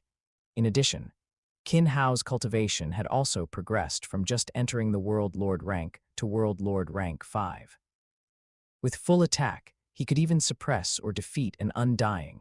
In the second layer of the ancestral god tomb, Qin Hao also participated in over 100 battles in the battle arena, almost always winning, and among his opponents were many undying-level powerhouses. The undying in the second layer were basically immortal army commanders, but most of them were at the level of the 13th or 14th layer of the Universe Tongshan Bridge. A marquee-level immortal possesses 100 to 1,000 times the power of a World Lord rank 9 peak. Qin Hao's current strength, with his 360 times genetic level, plus the blessing of 36 worlds, 3 great worlds and 33 small worlds, can achieve about 4 times the blessing, which is already 1440 times the power. However, Qin Hao has not yet reached World Lord peak. In terms of basic strength, he might be slightly weaker than an immortal army commander, but in terms of law comprehension, Qin Hao has surpassed many undying marquis. With the two complementing each other, Qin Hao is more than capable of handling an immortal army commander. Furthermore, with Qin Hao's powerful soul and the various secret techniques cultivated in the Virtual Universe Corporation, the strength Qin Hao can exert is much greater than his apparent strength. Specifically, in terms of body amplitude cultivation, Qin Hao has now reached 36 times. This blessing alone has made Qin Hao's basic strength comparable to a marquee-level immortal. However, this is only comparable. After all, every marquee-level immortal also has a certain foundation in body amplitude, capable of unleashing considerable power, and coupled with desperate measures like burning their divine body, Qin Hao still cannot fully cope. To achieve crushing dominance, Qin Hao must at least break through to World Lord peak, and to be comparable to a champion, the Crimson Bright Nine Heavens diagram needs to break through again. Next, I will break through to World Lord rank 9 peak and enter the third layer.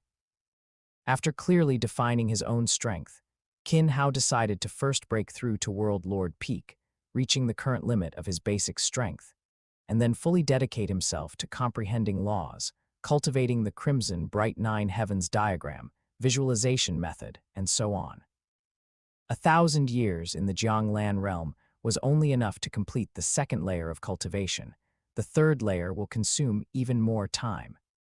Besides cultivation, the role of the divine crystals also needs some time to research. Qin Hao felt that if the role of the divine crystals could be thoroughly researched, it would greatly enhance his comprehension of time law and space law.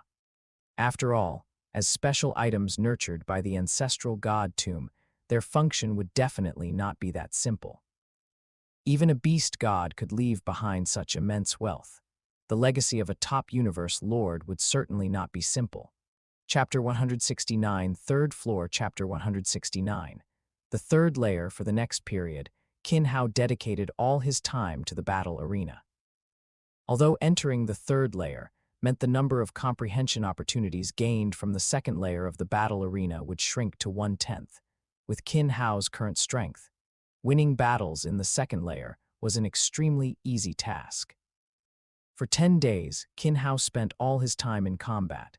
Every battle was swift and decisive, quickly eliminating opponents. He fought over 1,000 battles each day. In 10 days, Qin Hao had already participated in 20,000 battles. After accumulating 20,000 victories, Qin Hao did not linger in the second layer. He entered the second layer of the Nine Heavens Palace, directly challenged the Guardian, and after quickly defeating his opponent, Qin Hao's figure appeared in the third layer. The third layer was still a vast world, and the clarity of the time law and space law within it was significantly higher than in the second layer. Qin Hao could clearly feel the fluctuations of the time law and space law, as if they were real and tangible. Indeed, the clarity of the time law and space law increases with each layer. It truly is a sacred land for comprehending the time law and space law. Qin Hao's figure appeared in the air, scanning the world below. Within the enormous world, temples stood tall. Upon each temple, one could feel an extremely rich aura of laws, the aura of divine power, and the majesty belonging to an immortal expert. Almost all who could enter the third layer were immortal expert-level powerhouses. Upon entering the third layer, their comprehension of higher laws had progressed very far in a single direction, even nearing the point of fully comprehending one of them. Corresponding to the heavenly bridge of the Virtual Universe Corporation, each of them had at least passed the 15th layer, reaching the level of immortal expert marquis, and were considered powerhouse-level existences in various forces. Qin Hao also noticed that after entering the third layer, the number of native powerhouses from Visaar decreased. On each temple, in addition to the aura and symbols representing the immortal expert themselves, there were also symbols of various forces. Among them, the Virtual Universe Corporation had the most, followed by other human forces, and finally, the native immortal expert powerhouses. Qin Hao decided to ignore these and quickly moved towards the most desolate area. He stopped only when he was tens of thousands of kilometers away from the nearest temple. Although he could directly hide in the Jianglan realm, Qin Hao couldn't spend all his time within the Jianglan realm. After all, for Qin Hao, the Jianglan realm was merely a world for saving time in accumulation and research. To comprehend the time law and space law more clearly, he still needed to be within the ancestral god tomb. After pinpointing a location, Qin Hao quickly established his residence, which was still a Jiangnan-style courtyard. This time, Qin Hao was more experienced. While setting up formations around it, in addition to formations like the soul-confusing formation and lesser heavenly cycle formation, Qin Hao also arranged a large number of concealment formations. He completely hid the small courtyard, and mimicking the formations of Wu Chen's spacetime, mobilized the power of the time law and space law to conceal everything around it. After completing everything, Qin Hao looked from afar and nodded with satisfaction. Whether it was the comprehension of the spacetime law or the perception of soul power, it would not be easy to discover this place.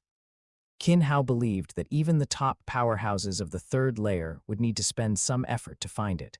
Entering the small courtyard, Qin Hao began to cultivate. The primary task upon entering the third layer was to raise his cultivation to the peak 9th stage of Sector Lord Realm. At the same time, Qin Hao also contacted his second clone to come and rendezvous with him. The second clone was indeed a favorite of the time law and space law.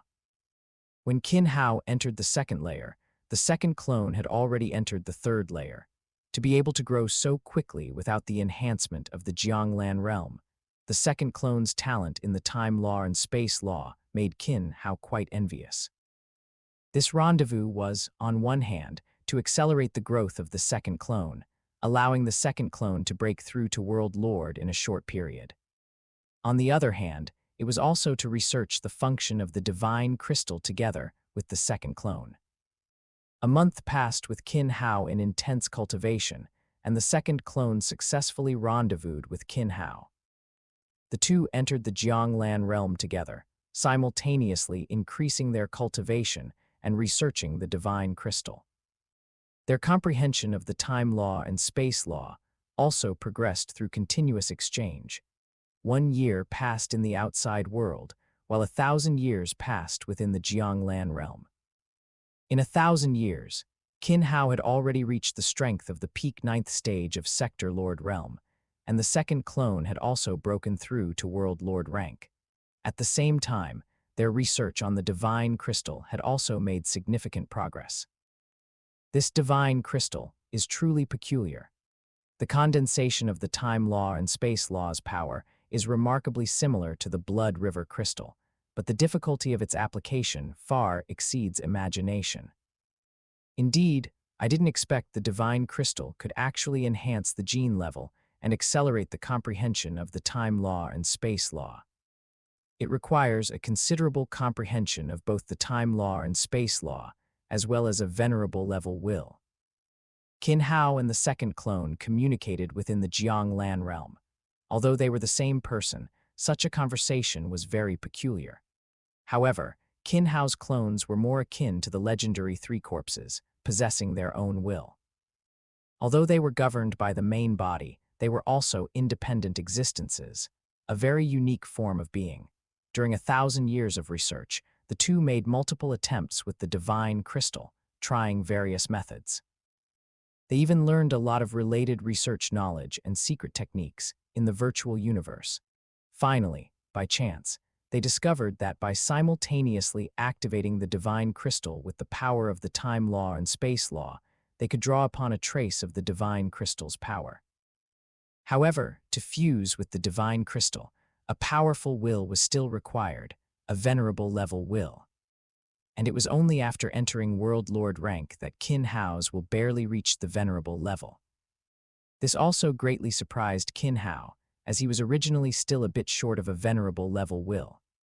When his soul power transformed to the undying level, his will also reached its limit. However, a hairline difference was a world apart, and the process of transformation was very long. Yet, under the impetus of the breakthrough, this process was completed, saving Qin Hao a lot of time. One must know that, in the original work, Luo Feng spent thousands of years undergoing trials in the Star Tower before his will transformed to the venerable level, and he gained the initial recognition of the Star Tower. Under Qin Hao's powerful will, the divine crystal transformed into silver and golden threads, entering Qin Hao's body. After the threads entered his body, they quickly spread, forming patterns that appeared on the surface of his body, gradually forming a strange set of markings. Chapter 170, The Destroyer. Chapter 170. Destroyer golden and silver patterns on Qin Hao's body continuously deepened. As the patterns gradually became clear, Qin Hao felt his perception of the surrounding time law and space law becoming increasingly distinct. Once the divine crystal was fully integrated, Qin Hao's perception of the time law and space law increased by 10%. At the same time, his affinity and comprehension speed for space law and time law also greatly improved, as if the surrounding time law and space law had become directly tangible. A 10% increase, this divine crystal is indeed miraculous. Qin Hao felt the changes in his body and couldn't help but exclaim. While enhancing his perception of the time law and space law, Qin Hao also felt that his gene level had improved to a certain extent, though the increase was very small. However, this increase was on top of the basic gene level, which meant it was an improvement on Qin Hao's innate Tao body's tenfold foundation. A mere 10% increase, coupled with the 36-fold amplification of the Crimson Bright Nine Heavens diagram, resulted in a 3.6-fold boost. Furthermore, this was only the result of integrating one divine crystal. As more divine crystals were integrated, his comprehension of the time law and space law was bound to improve further. As divine crystals were continuously integrated, Qin Hao's gene level and his comprehension of the time law and space law steadily increased. In addition to the integration by his main body, his second clone was also continuously integrating divine crystals. However, with a gene level of 3,000 times, the improvement brought by the divine crystals became very limited. After integrating 1,000 divine crystals, his gene level only reached 4,000 times, far less significant than the 10% increase of Qin Hao's main body. Nevertheless, the advantage of the base number still made the second clone's improvement quite substantial. However, after integrating 1,000 crystals, the second clone could no longer improve through divine crystals. The second clone also directly entered into the comprehension of the time law and space law, while Qin Hao's main body remained in the state of integrating divine crystals and improving his cultivation. After 100 years in the Jianglan realm, Qin Hao had integrated 100 divine crystals, and his body gradually reached its limit. His gene level increased to 720 times, and his cultivation reached the peak 9th stage of Sector Lord Realm, reaching the peak of his current strength. Judging from his foundational strength, Qin Hao's basic power was already comparable to a Marquis-level immortal, and his law comprehension was also not inferior to a Marquis-level immortal. In terms of strength, Qin Hao could already stand firm on the 3rd level. Although he was not among the top, he could completely protect himself. After his strength increased, Qin Hao began a new round of cultivation. He continuously visualized new stars in his sea of consciousness. Each time he completed the visualization of a star, Qin Hao would open up a new world in his acupoints, connecting it with the stars in his sea of consciousness. Apart from this, all other time was dedicated to comprehending the time law and space law. He accumulated comprehension of the time law and space law through dreamlike enlightenment, digested the accumulated understanding of the laws, and at the same time, continuously integrated and comprehended the accumulation through the study of formations. When the accumulation reached a certain level, he would directly enter the 9 Heavens Palace for comprehension, and his understanding of the time law and space law rapidly increased.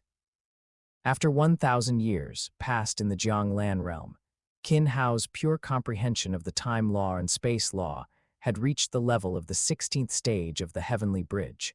At the same time, a huge cocoon in his inner world began to tremble. This was the destroyer that Qin Hao began to gestate after entering the World Lord rank. After 2,000 years of gestation, the destroyer's gestation gradually entered its final stage. Around the giant cocoon, wind, lightning, light, and time laws continuously manifested, and wisps of law patterns appeared on the giant cocoon. Seeing this phenomenon, Qin Hao already had experience.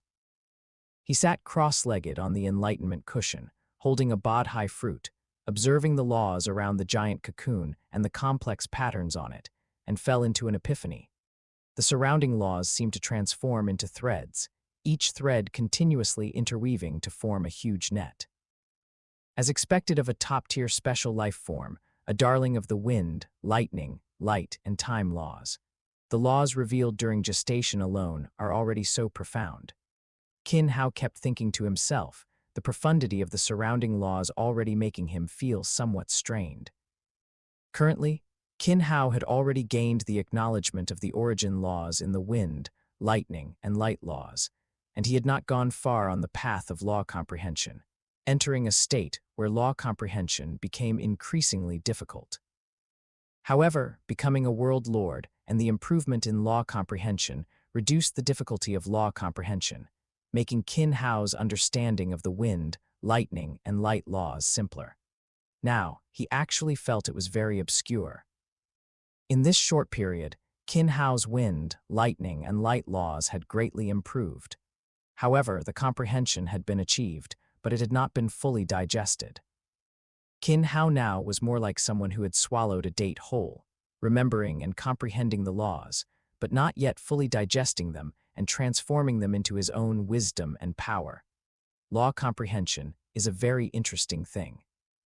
One aspect of comprehension is to memorize knowledge like swallowing a date whole, which is what many world lords are doing now. They memorize laws, comprehend laws, and become undying, but their strength is often very limited. Even if they break through to undying, they are only at the bottom of the undying ranks. The other aspect is to fully digest the comprehended laws, forming one's own secret technique and applications, and finally transforming them into one's own wisdom. This process is not simple, and those who can achieve it. Qin Hao's current situation is precisely this. His comprehension of the wind, lightning, and light laws has already reached over 40%, an increase of 5% in a short time, but it has not been fully digested. This also caused Qin Hao's current situation.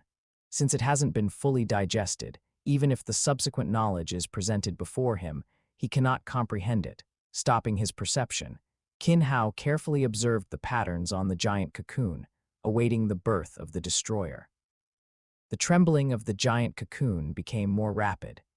With each tremor, the surrounding laws would also tremble, and the collision between the laws caused even the extremely stable space to show faint cracks. One must know that Qin Hao's world spanned hundreds of billions of kilometers. The vastness and stability of his world were tens of millions of times greater than that of an average world lord. However, such a stable world seemed unable to endure under the might of the destroyer.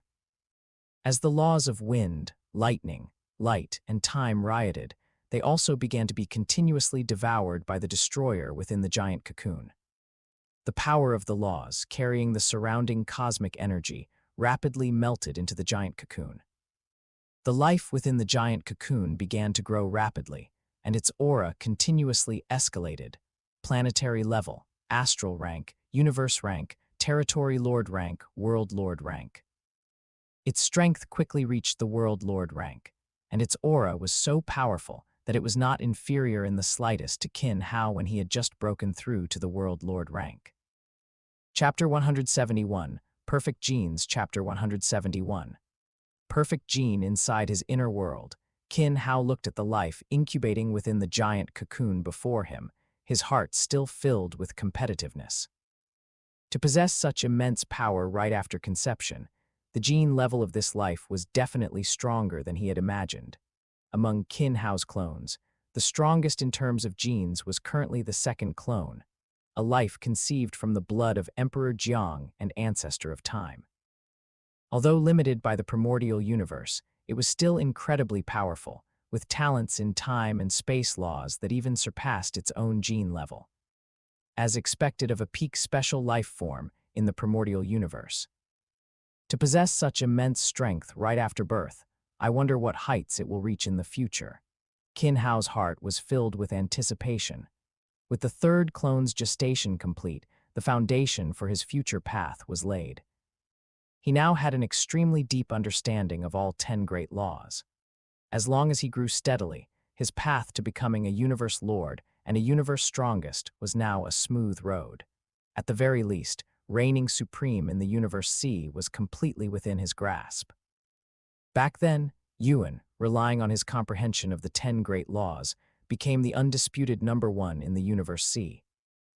Now, Qin Hao already possessed the foundation of the 10 great laws, coupled with his extremely strong talent and a clearer understanding of his future growth path.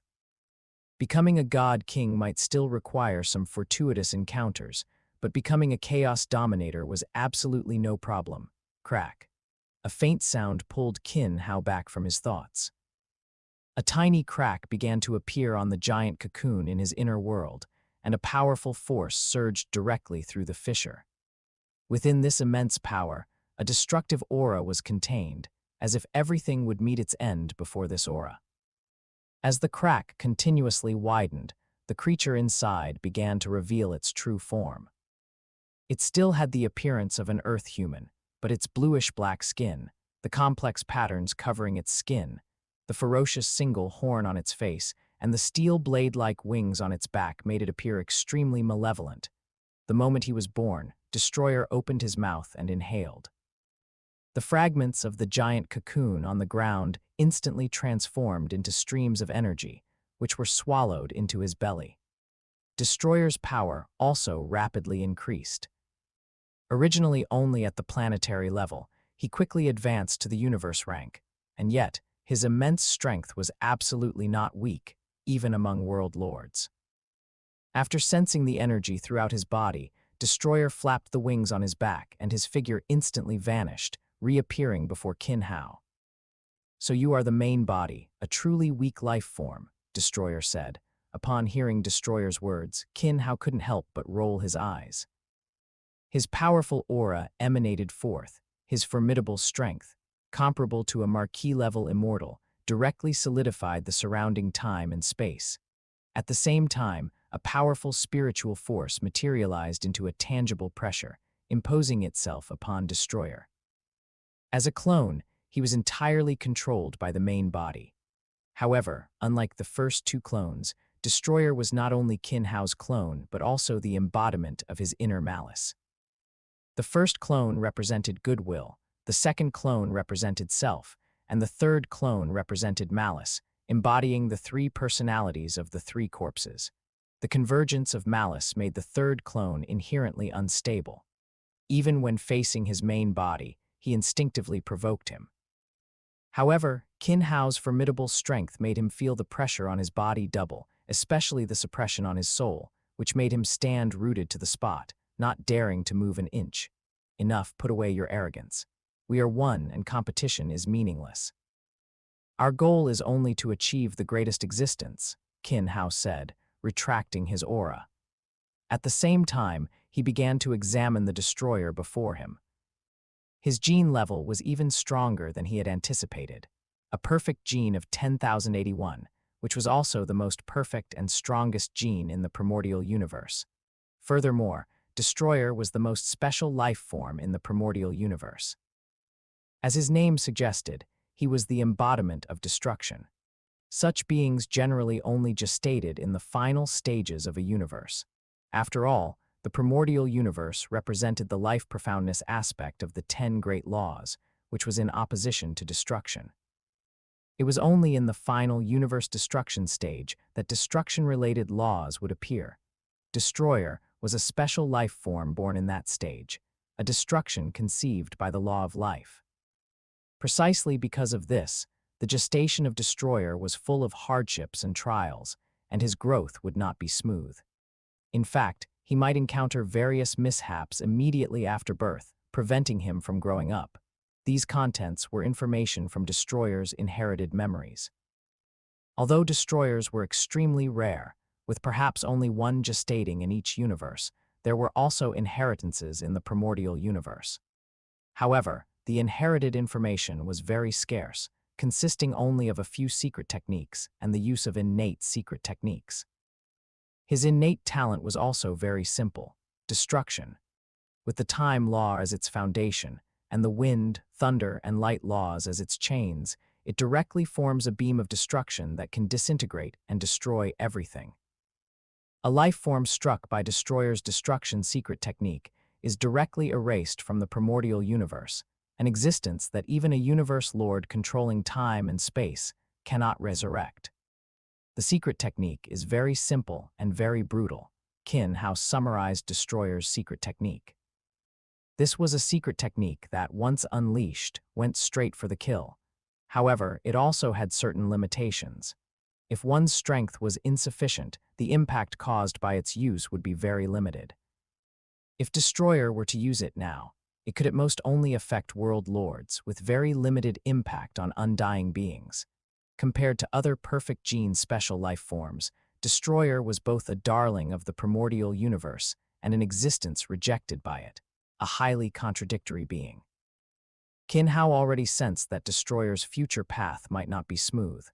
However, with his 3 clones, even if one died, it could be reconceived. After Destroyer was conceived and Qin Hao understood him in detail, he no longer paid him too much attention. After bringing Destroyer into the Jianglan realm, he continued his cultivation. Destroyer, on the other hand, was given resources sufficient to cultivate to the World Lord rank, and then left to his own devices. Qin Hao adopted a hands-off approach to all 3 clones. Currently, they were in the Virtual Universe Corporation's secret realm and could not be directly released. After leaving the Ancestral God Tomb, Qin Hao planned to return to Earth for a period, release the 2 clones, and let them develop independently in the universe. After all, for them to grow, the development and opportunities of the 3 clones were also crucial. Just like the current first clone, having inherited the Ice Peak Lord's legacy, Qin Hao didn't need to worry about resources and cultivation secret techniques. The first clone was now cultivating in Primordial Chaos City, and his cultivation progress was very smooth. He had already gained the acknowledgement of the Metal Law, Fire Law, Water Law, Wood Law, and Metal Law, earning the Ice Peak Lord's regard. He had a venerable and 5 king-level powerhouses constantly guiding him. The 5 champions had deep insights into the 5 elements laws, and even some understanding of fusion laws. Although they hadn't progressed far, it was entirely sufficient to guide Kong Xuan. Chapter 172, Battle Against Immortals. Chapter 172. Battle with an undying time always flew by quickly during cultivation. Qin Hao had already spent 10 years on the 3rd layer of the Ancestral God Tomb. During these 10 years, Qin Hao spent half his time in the Jianglan realm, and the other half was spent continuously comprehending time law and space law within the Ancestral God Tomb. After all, the Jianglan realm was a relatively independent world, and the clarity of time law and space law in the Ancestral God Tomb far surpassed that within the Jianglan realm. For Qin Hao, the Jianglan realm was more a place to accumulate insights. Over the past 10 years, Qin Hao's strength had also made great progress, and his comprehension of the 3rd layer of the 9 Heavens Palace was gradually entering its final stage. He was only a hair's breadth away from fully comprehending space law's instant movement and time law's time acceleration. However, it was precisely this hair's breadth that trapped Qin Hao in the final stage. If he comprehended it, then Qin Hao's comprehension of laws would reach the king level. It seems I need to change my cultivation plan, Qin Hao thought to himself, looking at the 9 Heavens Palace in the center of the 3rd layer of the Ancestral God Tomb. Qin Hao's talent in time law and space law was beyond doubt. He had long ago fully analyzed all 108 essences of laws for both time law and space law. Furthermore, over the many years, Qin Hao had continuously conducted deeper research into the essence of laws for both time law and space law. Coupled with the boost from his 2nd clone, it could be said that his comprehension of time law and space law had always been smooth sailing. Now, he had entered the first major hurdle in law comprehension. Qin Hao was also aware that if he continued to comprehend in this manner, he would eventually, through the accumulation of time, wait for a flash of inspiration to fully grasp the first direction of the 2 higher laws. However, how long that would take was unknown. After all, among the many undying, there were some who had been stuck on this 3rd layer for over 10,000 epochs. After much deliberation, Qin Hao decided to enter the battle arena to seek new opportunities for a breakthrough. On one hand, he would accumulate battle experience in the battle arena, stimulating his comprehension of time law and space law through extreme combat. On the other hand, he would also accumulate the number of times he comprehended the 9 Heavens Palace. After all, the situation on the fourth layer and above was still unknown. However, the opponents he would face there would be at least king-level beings. Currently, his strength allowed him to cope with, and even defeat, Marquis-level immortal, but he would have no chance of resisting against a champion. To face a champion, he would at least need the Crimson Bright Nine Heavens diagram to advance further, or his law comprehension to far surpass a champion. Clearly, Qin Hao did not possess either of these conditions at present. It hadn't been long since the Crimson Bright Nine Heavens diagram broke through, and another breakthrough would require at least 10,000 years of accumulation. Even though Qin Hao had dedicated some energy to cultivating the Crimson Bright Nine Heavens diagram over these years, he still lacked nearly 5,000 years of accumulation. In terms of laws, the gap in law comprehension between trial takers on each layer was not as vast as imagined. Especially in the upper 6 layers, the gap between each layer was shrinking, akin to the comprehension between the 18th and 20th layers of the Heavenly Bridge. However, even if the layers were the same, the differences within them were still enormous. The gap in strength between champion-level beings even exceeded the entire stage from undying to champion. Having made his decision, Qin Hao did not hesitate. He directly connected to the battle arena and appeared in its virtual world. It was still a simple, minimalist room. After pressing the battle button, Qin Hao's figure quickly vanished, reappearing in a vast world. Compared to the battle arena on the first and second layers, this one was several hundred times larger, a world spanning hundreds of billions of kilometers. The immense pressure made Qin Hao's body feel somewhat heavy. Ha, I didn't expect it to be an outsider and a new face at that. Today, I, your lord, will show you just how cruel this world is. Facing Qin Hao, a giant snake several thousand kilometers long looked at him, its vertical pupils filled with cruelty and mockery. All the undying on the third layer had been comprehending here for at least 10,000 years, with some reaching tens of thousands of epochs. They were all very familiar with each other, and during battles, while they claimed to fight with their lives, it was often more out of weariness. Their weaknesses, law comprehension, secret technique, and so on were all known to each other, making surprise attacks impossible. Most of the time, the weaker one would simply retreat. Now, seeing a new face, he was naturally overjoyed. A newcomer, in his opinion, at most had just passed the second layer, with limited law comprehension. Furthermore, he was an outsider from the human race, and human race generally did not have high gene levels. What's more, the human race kid in front of him was only about 3 meters tall. Such a weak divine body meant very limited divine power. He seemed to already see the scales of victory tipping in his favor. His long, serpent, undying tongue flicked out, as if ready to devour the delicacy before him at any moment. Qin Hao sized up his opponent, not daring to show the slightest slack. After all, it was his first time facing an undying, and a Marquis-level immortal at that, a Marquis-level immortal of the monster race. The powerful physique, divine power, and not-so-weak law comprehension all warranted his full dedication to the battle. As Qin Hao observed his opponent, Long Serpent Undying had already launched an attack, directly charging towards Qin Hao. His long tail swept across, the surrounding space constantly trembling. The speed of the snake's tail was extreme, appearing before Qin Hao as if by instant movement. As the massive snake tail attacked, Qin Hao showed no panic. His body rapidly expanded, and in the blink of an eye, a giant over 1,000 kilometers tall appeared in his place, gripping the massive tail in his hand. With a powerful pull, he directly flung Long Serpent Undying's body away. After flinging him away, a long sword appeared in Qin Hao's hand. Wielding the sword, Qin Hao's figure quickly appeared at the spot where Long Serpent Undying landed. The power of the 3 great worlds and 33 small worlds within his body was fully mobilized. The Crimson Bright Nine Heavens diagram circulated, and strange texture appeared on Qin Hao's body. Surging power filled his entire body. Qin Hao's attack directly struck Long Serpent Undying's body, severing his snake tail. At the same time, world power enveloped the snake tail, and the powerful force quickly obliterated it. How is this possible? A single strike obliterated 5% of my divine body.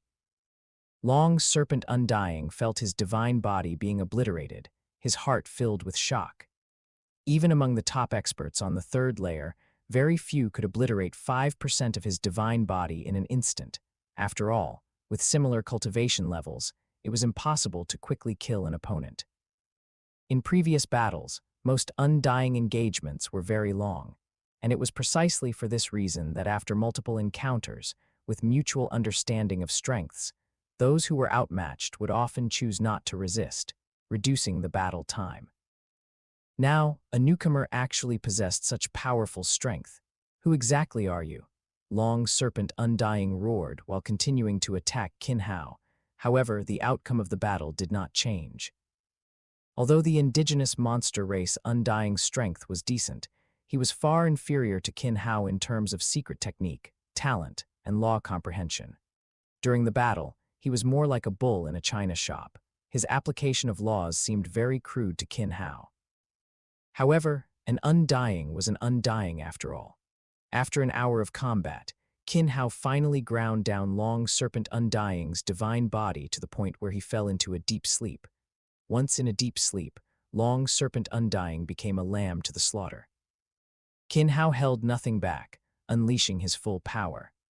The one thought creates world was put into practice, and the powerful world power and destructive force instantly completely obliterated Long Serpent Undying's divine body. Chapter 173, Reluctance and Assault. The first engagement ended, and Qin Hao reappeared in the small room, recalling the recent battle.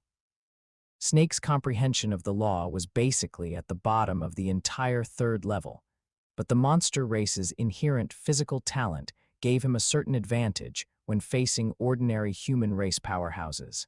However, Qin Hao was different.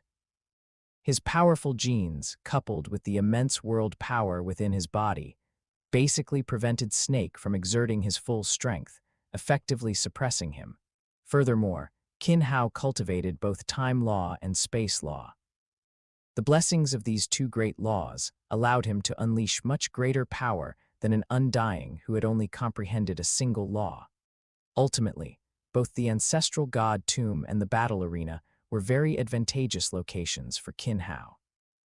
The power of the lower law comprehended by the Undying themselves could not be fully utilized, and their comprehension of the higher laws was relatively limited. After summarizing the battle process, Qin Hao also gained a certain understanding of fighting against an Undying. Simple slaying could not kill an Undying. Only by completely grinding away their divine body or destroying their soul could an Undying truly be killed. Continue the battle. Qin Hao did not prepare to rest, but instead initiated a new engagement. His goal in entering the battle arena was very clear: to find a breakthrough opportunity through continuous combat. In the new round of engagement, his opponent was no longer from the monster race, but an Undying who belonged to the human race faction of the universe. Neither Qin Hao nor the Undying said anything. Even seeing Qin Hao, a newcomer, the Undying did not show any contempt. The two quickly engaged in battle, with collisions of secret technique, direct physical combat, and even soul clashes. Neither side gained any advantage. Qin Hao's eyes, however, became excited during the battle. The engagement with the monster race was more of a barbaric slugfest. Seizing an opportunity could resolve it. While the human race itself might not have a great advantage in genes, their complex secret technique and various other means were among the best of many races. During the successive battles, Qin Hao's injuries continuously increased, and the opponent's divine body was constantly being annihilated. The battle between the two gradually became a stalemate, and Qin Hao held nothing back, constantly unleashing his time law and space law techniques. This is the feeling of battle. In every move Qin Hao made, the application of law gradually became more proficient, and even the transitions between moves became smoother. More and more secret technique were constantly being unleashed, even in a series of consecutive moves. Each move originated from a different secret technique. What kind of monster is this? How many secret technique has he cultivated? Qin Hao's state improved with each strike, but his opponent gradually began to struggle. The changing secret technique overwhelmed him, making it impossible to predict Qin Hao's next move. Meanwhile, his own secret technique were gradually being mastered by Qin Hao and were constantly being targeted. Moreover, from Qin Hao's moves, he felt a different aura, the aura of time. This was an existence who had comprehended both time law and space law, two great higher laws. It should be known that even undying, most choose to focus on one path of comprehension, hoping to quickly reach the venerable stage. As for the Universe Lord, such a distant goal, even a genius, would not dare to be distracted by comprehending other laws while still an undying. Their battle lasted for a full day, and both reached their limits. Qin Hao even felt that the world within his body could collapse at any moment, and his world power had reached its limit. If he couldn't resolve his opponent with the next move, he might be directly defeated. One thought creates world. Qin Hao mobilized all his world power, activated his secret technique, and a huge world quickly came into being. Before his opponent could fully react, he was directly drawn into the world. Once inside the world, the 10 great laws, under the mobilization of world power, quickly formed a massive storm, sweeping through the entire world and leading to its collapse. Subscribe for more amazing novel audiobooks. Don't forget to like, comment, and share Infinite Novel Audio, The Destructive Power of the World, along with the chaotic power of the 10 great laws, instantly submerged his opponent. As the world completely vanished, his opponent also gradually and completely perished. How is this possible? It's world power. Could he be a world lord? How is that possible? How could a world lord possess such powerful strength? In a divine hall, the undying opened his eyes, his aura uncontrollably erupting, causing the entire divine hall to tremble.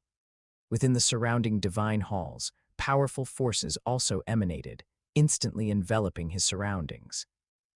The undying inside the divine hall felt the surging forces around him, his aura retracted, and his surroundings quickly returned to a state of calm.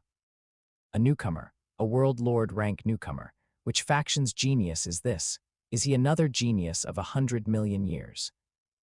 And he even came to the ancestral god tomb, taking the path of cultivating both time and space. His ambition is truly grand. The undying thought to himself, sighing with emotion. On the other side, Qin Hao also left the combat space. Through these brief engagements, Qin Hao clearly understood his shortcomings. Compared to the powerhouses among marquis-level immortal, he was still quite lacking, only barely comparable to a marquis. Once he encountered a powerful marquis, his world lord identity would be impossible to conceal. The recent battle was like this. With the final one thought creates world, his world power was directly exposed, and his identity was basically revealed. It seems I need to keep a low profile for a while.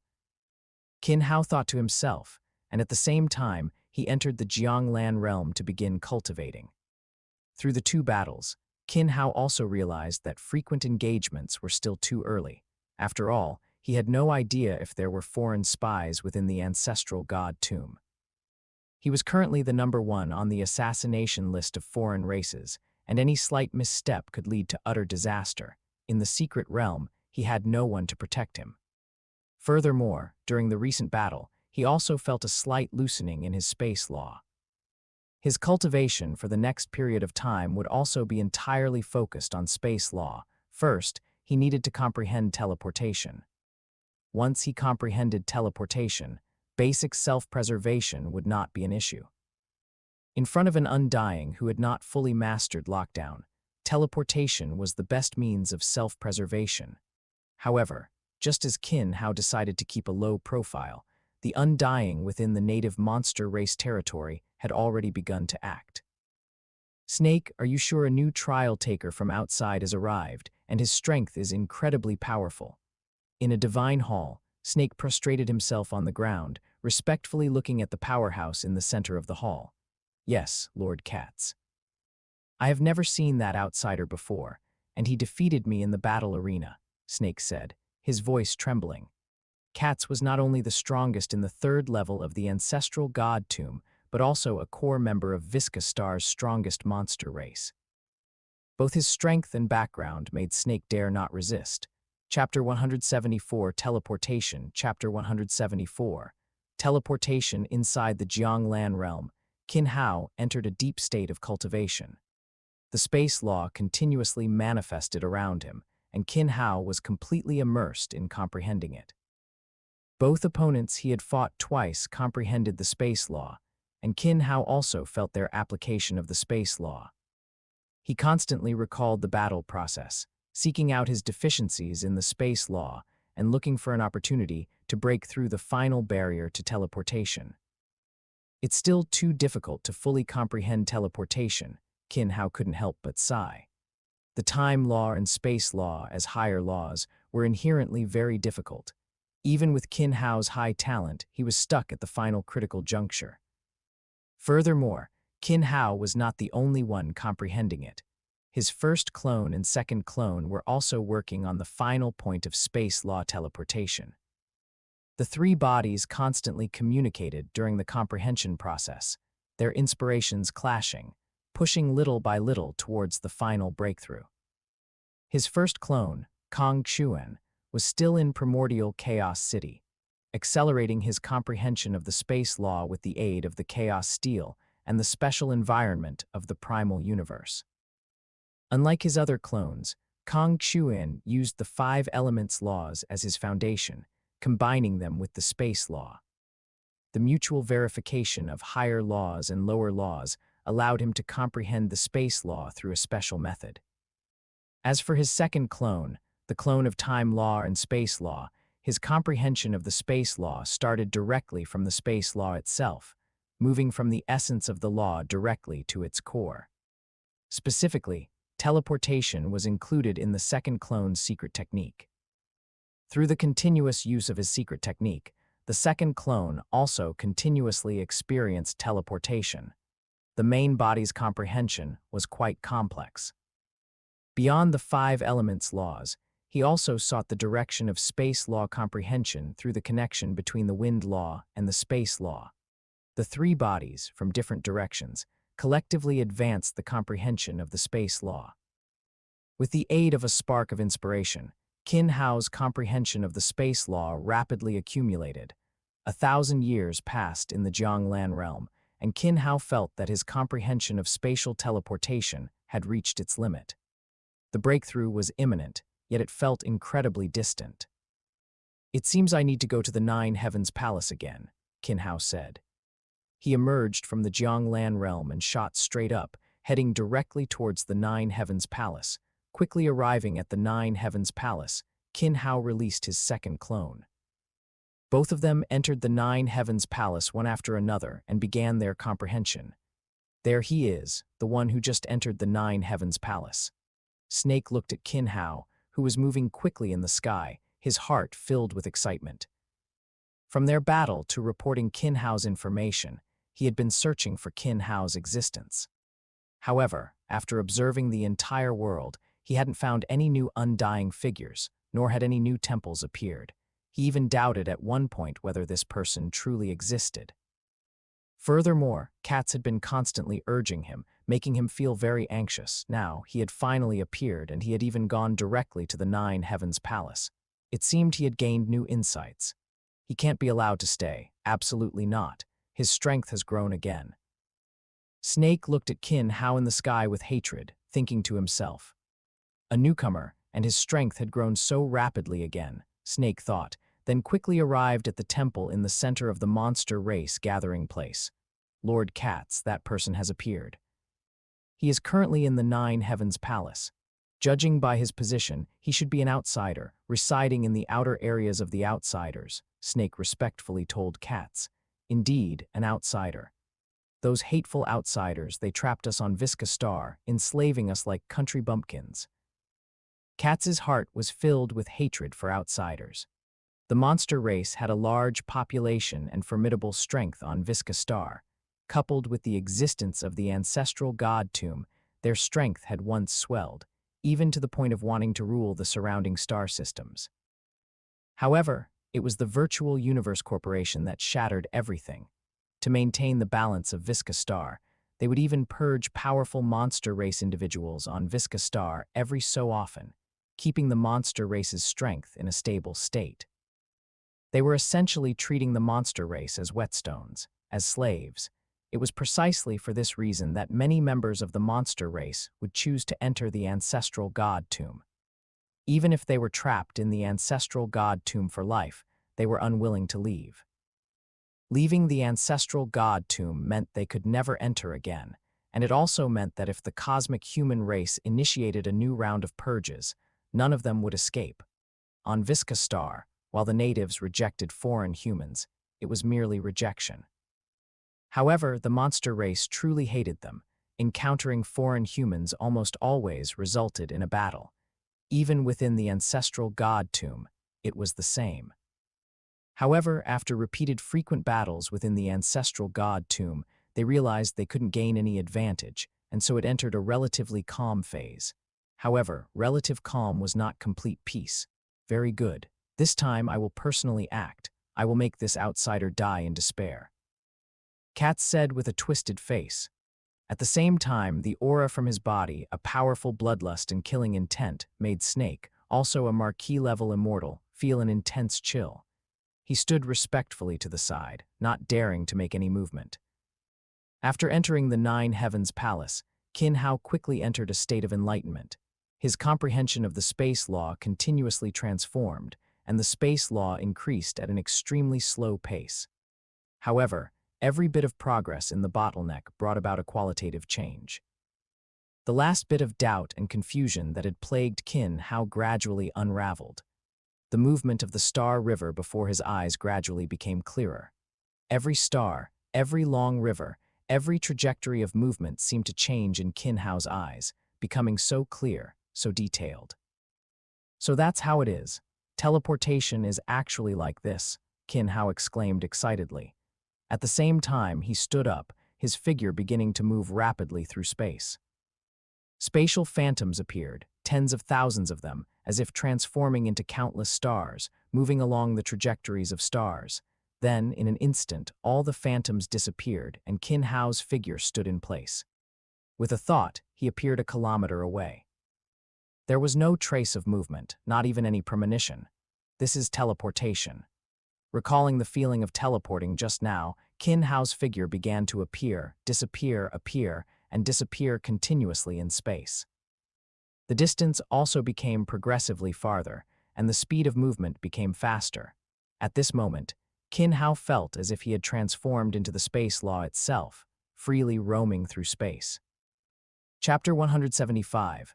Recognition of the origin of the space law. Qin Hao's figure flickered continuously, comprehending the teleportation he had just grasped.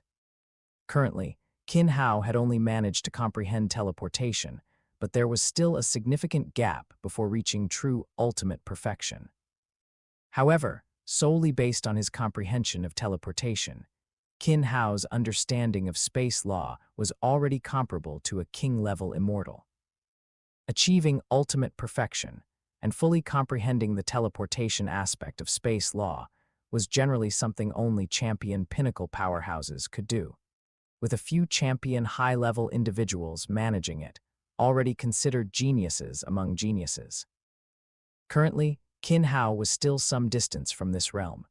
However, he had officially embarked on one of the three paths of space law. He only needed to continuously refine, comprehend, and fuse them, and reaching ultimate perfection would not be far off. Just as Qin Hao stopped, preparing to continue his comprehension, source law began to gather in the void. A silver droplet formed, and after its formation, it directly merged into Qin Hao's glabella, acknowledgement of the space law source. Qin Hao was overjoyed, and at the same instant, his will descended upon the space law source land. Sensing the rich space law around him, Qin Hao quickly entered a state of cultivation, constantly memorizing the fluctuations of the surrounding space law. The teleportation he had just comprehended became even clearer at this moment, and his application of teleportation became even more proficient. At the same time that Qin Hao's main body gained the acknowledgement of space law, his first clone and second clone also respectively gained the acknowledgement of the space law source, and entered the space law source land. Acknowledgement of the space law source, which Powerhouse has broken through. In Primordial Chaos City, at the same time that Kong Xuan gained the acknowledgement of space law, gazes began to converge on his location. A world lord. How is that possible? How could a world lord gain the acknowledgement of the space law source?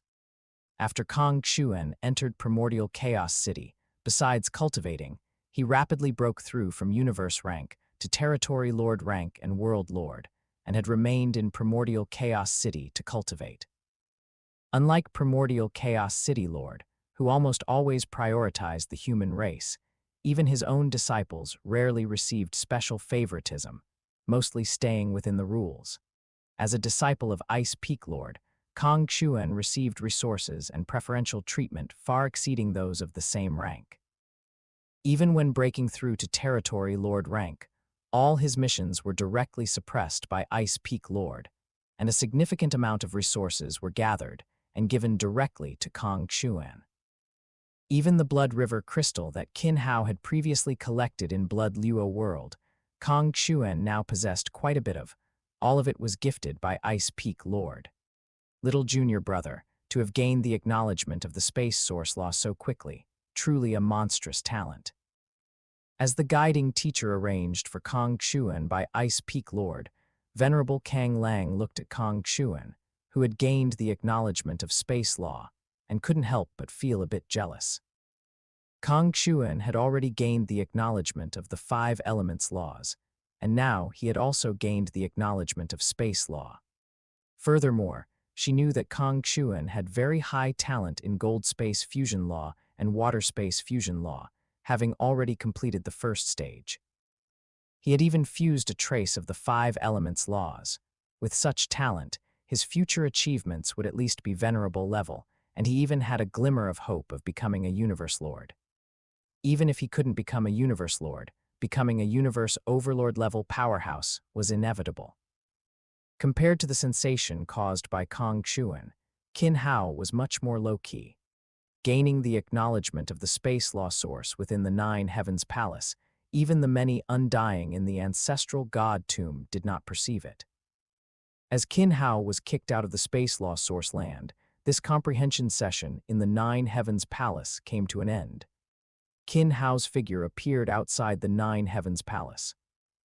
With his second clone entering the Jianglan realm, Qin Hao directly leaped down from the 9 Heavens Palace, flying rapidly towards his own small courtyard. The expected outcome of this comprehension had been achieved. Next was to accelerate his comprehension of time law and complete the comprehension of time acceleration. Then he could enter the 4th level. However, before entering the 4th level, his strength still needed to advance further. The 4th level was basically populated by champion powerhouses, even if their numbers were limited. Nevertheless, competition was bound to be more intense, even more brutal, and entering rashly without sufficient strength was definitely not a good choice.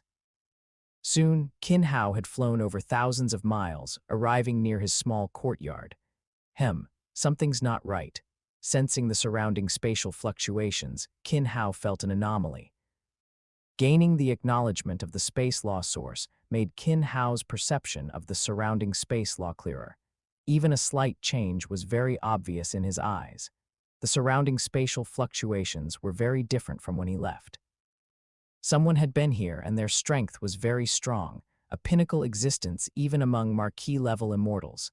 Sensing the dangerous aura, Qin Hao's figure rapidly retreated, rushing directly towards the core area. What a cautious boy, but it's too late to run now. A sinister voice reached Qin Hao's ears, and at the same time, powerful divine power rapidly spread around him. A giant figure appeared before Qin Hao. What entered Qin Hao's eyes was a monstrous beast with a massive body, covered in sharp spikes, its face ferocious, and a chilling aura of death emanating from it. Boy, you can't escape now. Become my dinner right here. Cats laughed ferociously, attacking Qin Hao rapidly. Looking at Katz's attack, Qin Hao also reacted quickly, his body rapidly expanding. His 1,000-mile-long body collided with Katz. His figure quickly retreated, and looking at Katz before him, Qin Hao dared not underestimate him in the slightest. Just a momentary clash, Qin Hao already knew that Katz's strength was superior to his own. The power he unleashed definitely reached the pinnacle of a marquee-level immortal. Nearly 10,000 times the peak power of a World Lord 9th rank left Qin Hao with almost no power to resist. Qin Hao's base strength was 2880 times the peak of a World Lord 9th rank. Even if his divine body amplification was slightly stronger than Katz's, compensating for some of the difference, there was still a significant gap in their strength. However, in terms of law, Qin Hao held a slight lead, having already comprehended teleportation and embarked on the 3 paths of space law. For a short period, neither side could do anything to the other. This situation was very disadvantageous for Qin Hao. After all, he was only a world lord, facing an undying, and in terms of energy consumption, he did not have the advantage. However, Qin Hao was not anxious. Fighting against an undying in the battle arena was different from reality. Facing a powerful opponent, Qin Hao gradually immersed himself in the battle. The application of his secret technique, space law, and time law became increasingly proficient. Each collision, each battle, that heart-pounding sensation fully mobilized Qin Hao's senses, and the surrounding time law and space law also became clearer. Previously vague or overlooked areas now clearly presented themselves. Looking at the context of time law and space law, Qin Hao's comprehension continuously improved. Teleportation became faster and more elusive. The comprehension of time acceleration in time law also gradually sprinted towards its final node, with the possibility of a breakthrough at any moment. Subscribe for more amazing novel audiobooks. Don't forget to like, comment, and share Infinite Novel Audio. We're on the road to 1,000 subscribers. Thank you for supporting the channel and enjoying these novel audiobooks. Every subscribe, like, and comment helps us grow faster. If you love revenge stories, overpowered MCs, rebirth novels, and fantasy audiobooks, make sure to subscribe and join the journey.